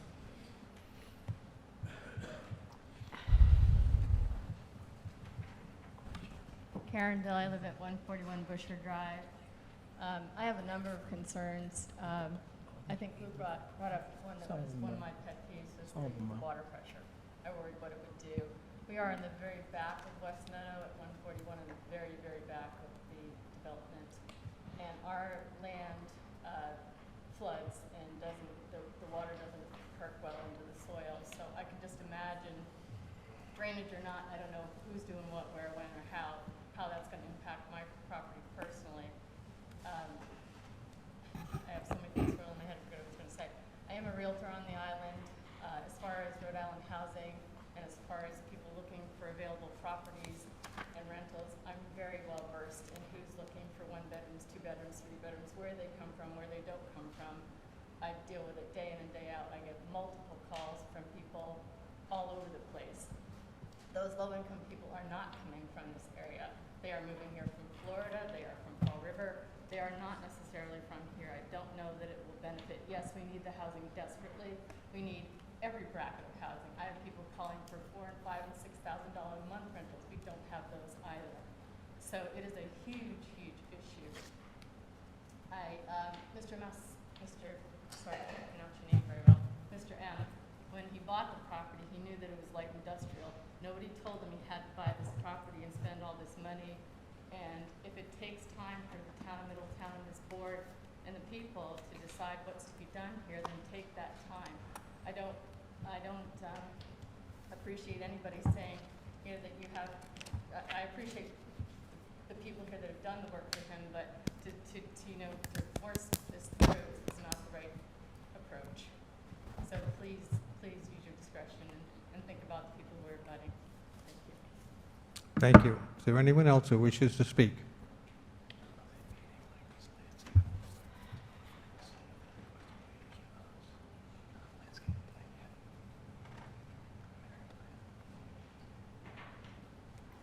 Hi, my name is Pat Wygan. I live at 41 Busher Drive, so my house directly abuts where this is all going to be built.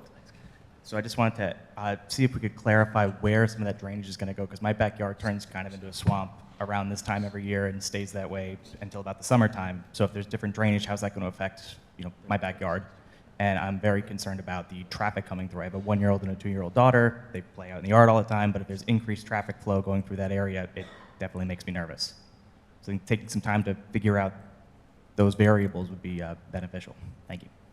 Thank you. Anyone else? Can I just respond to that, Paul?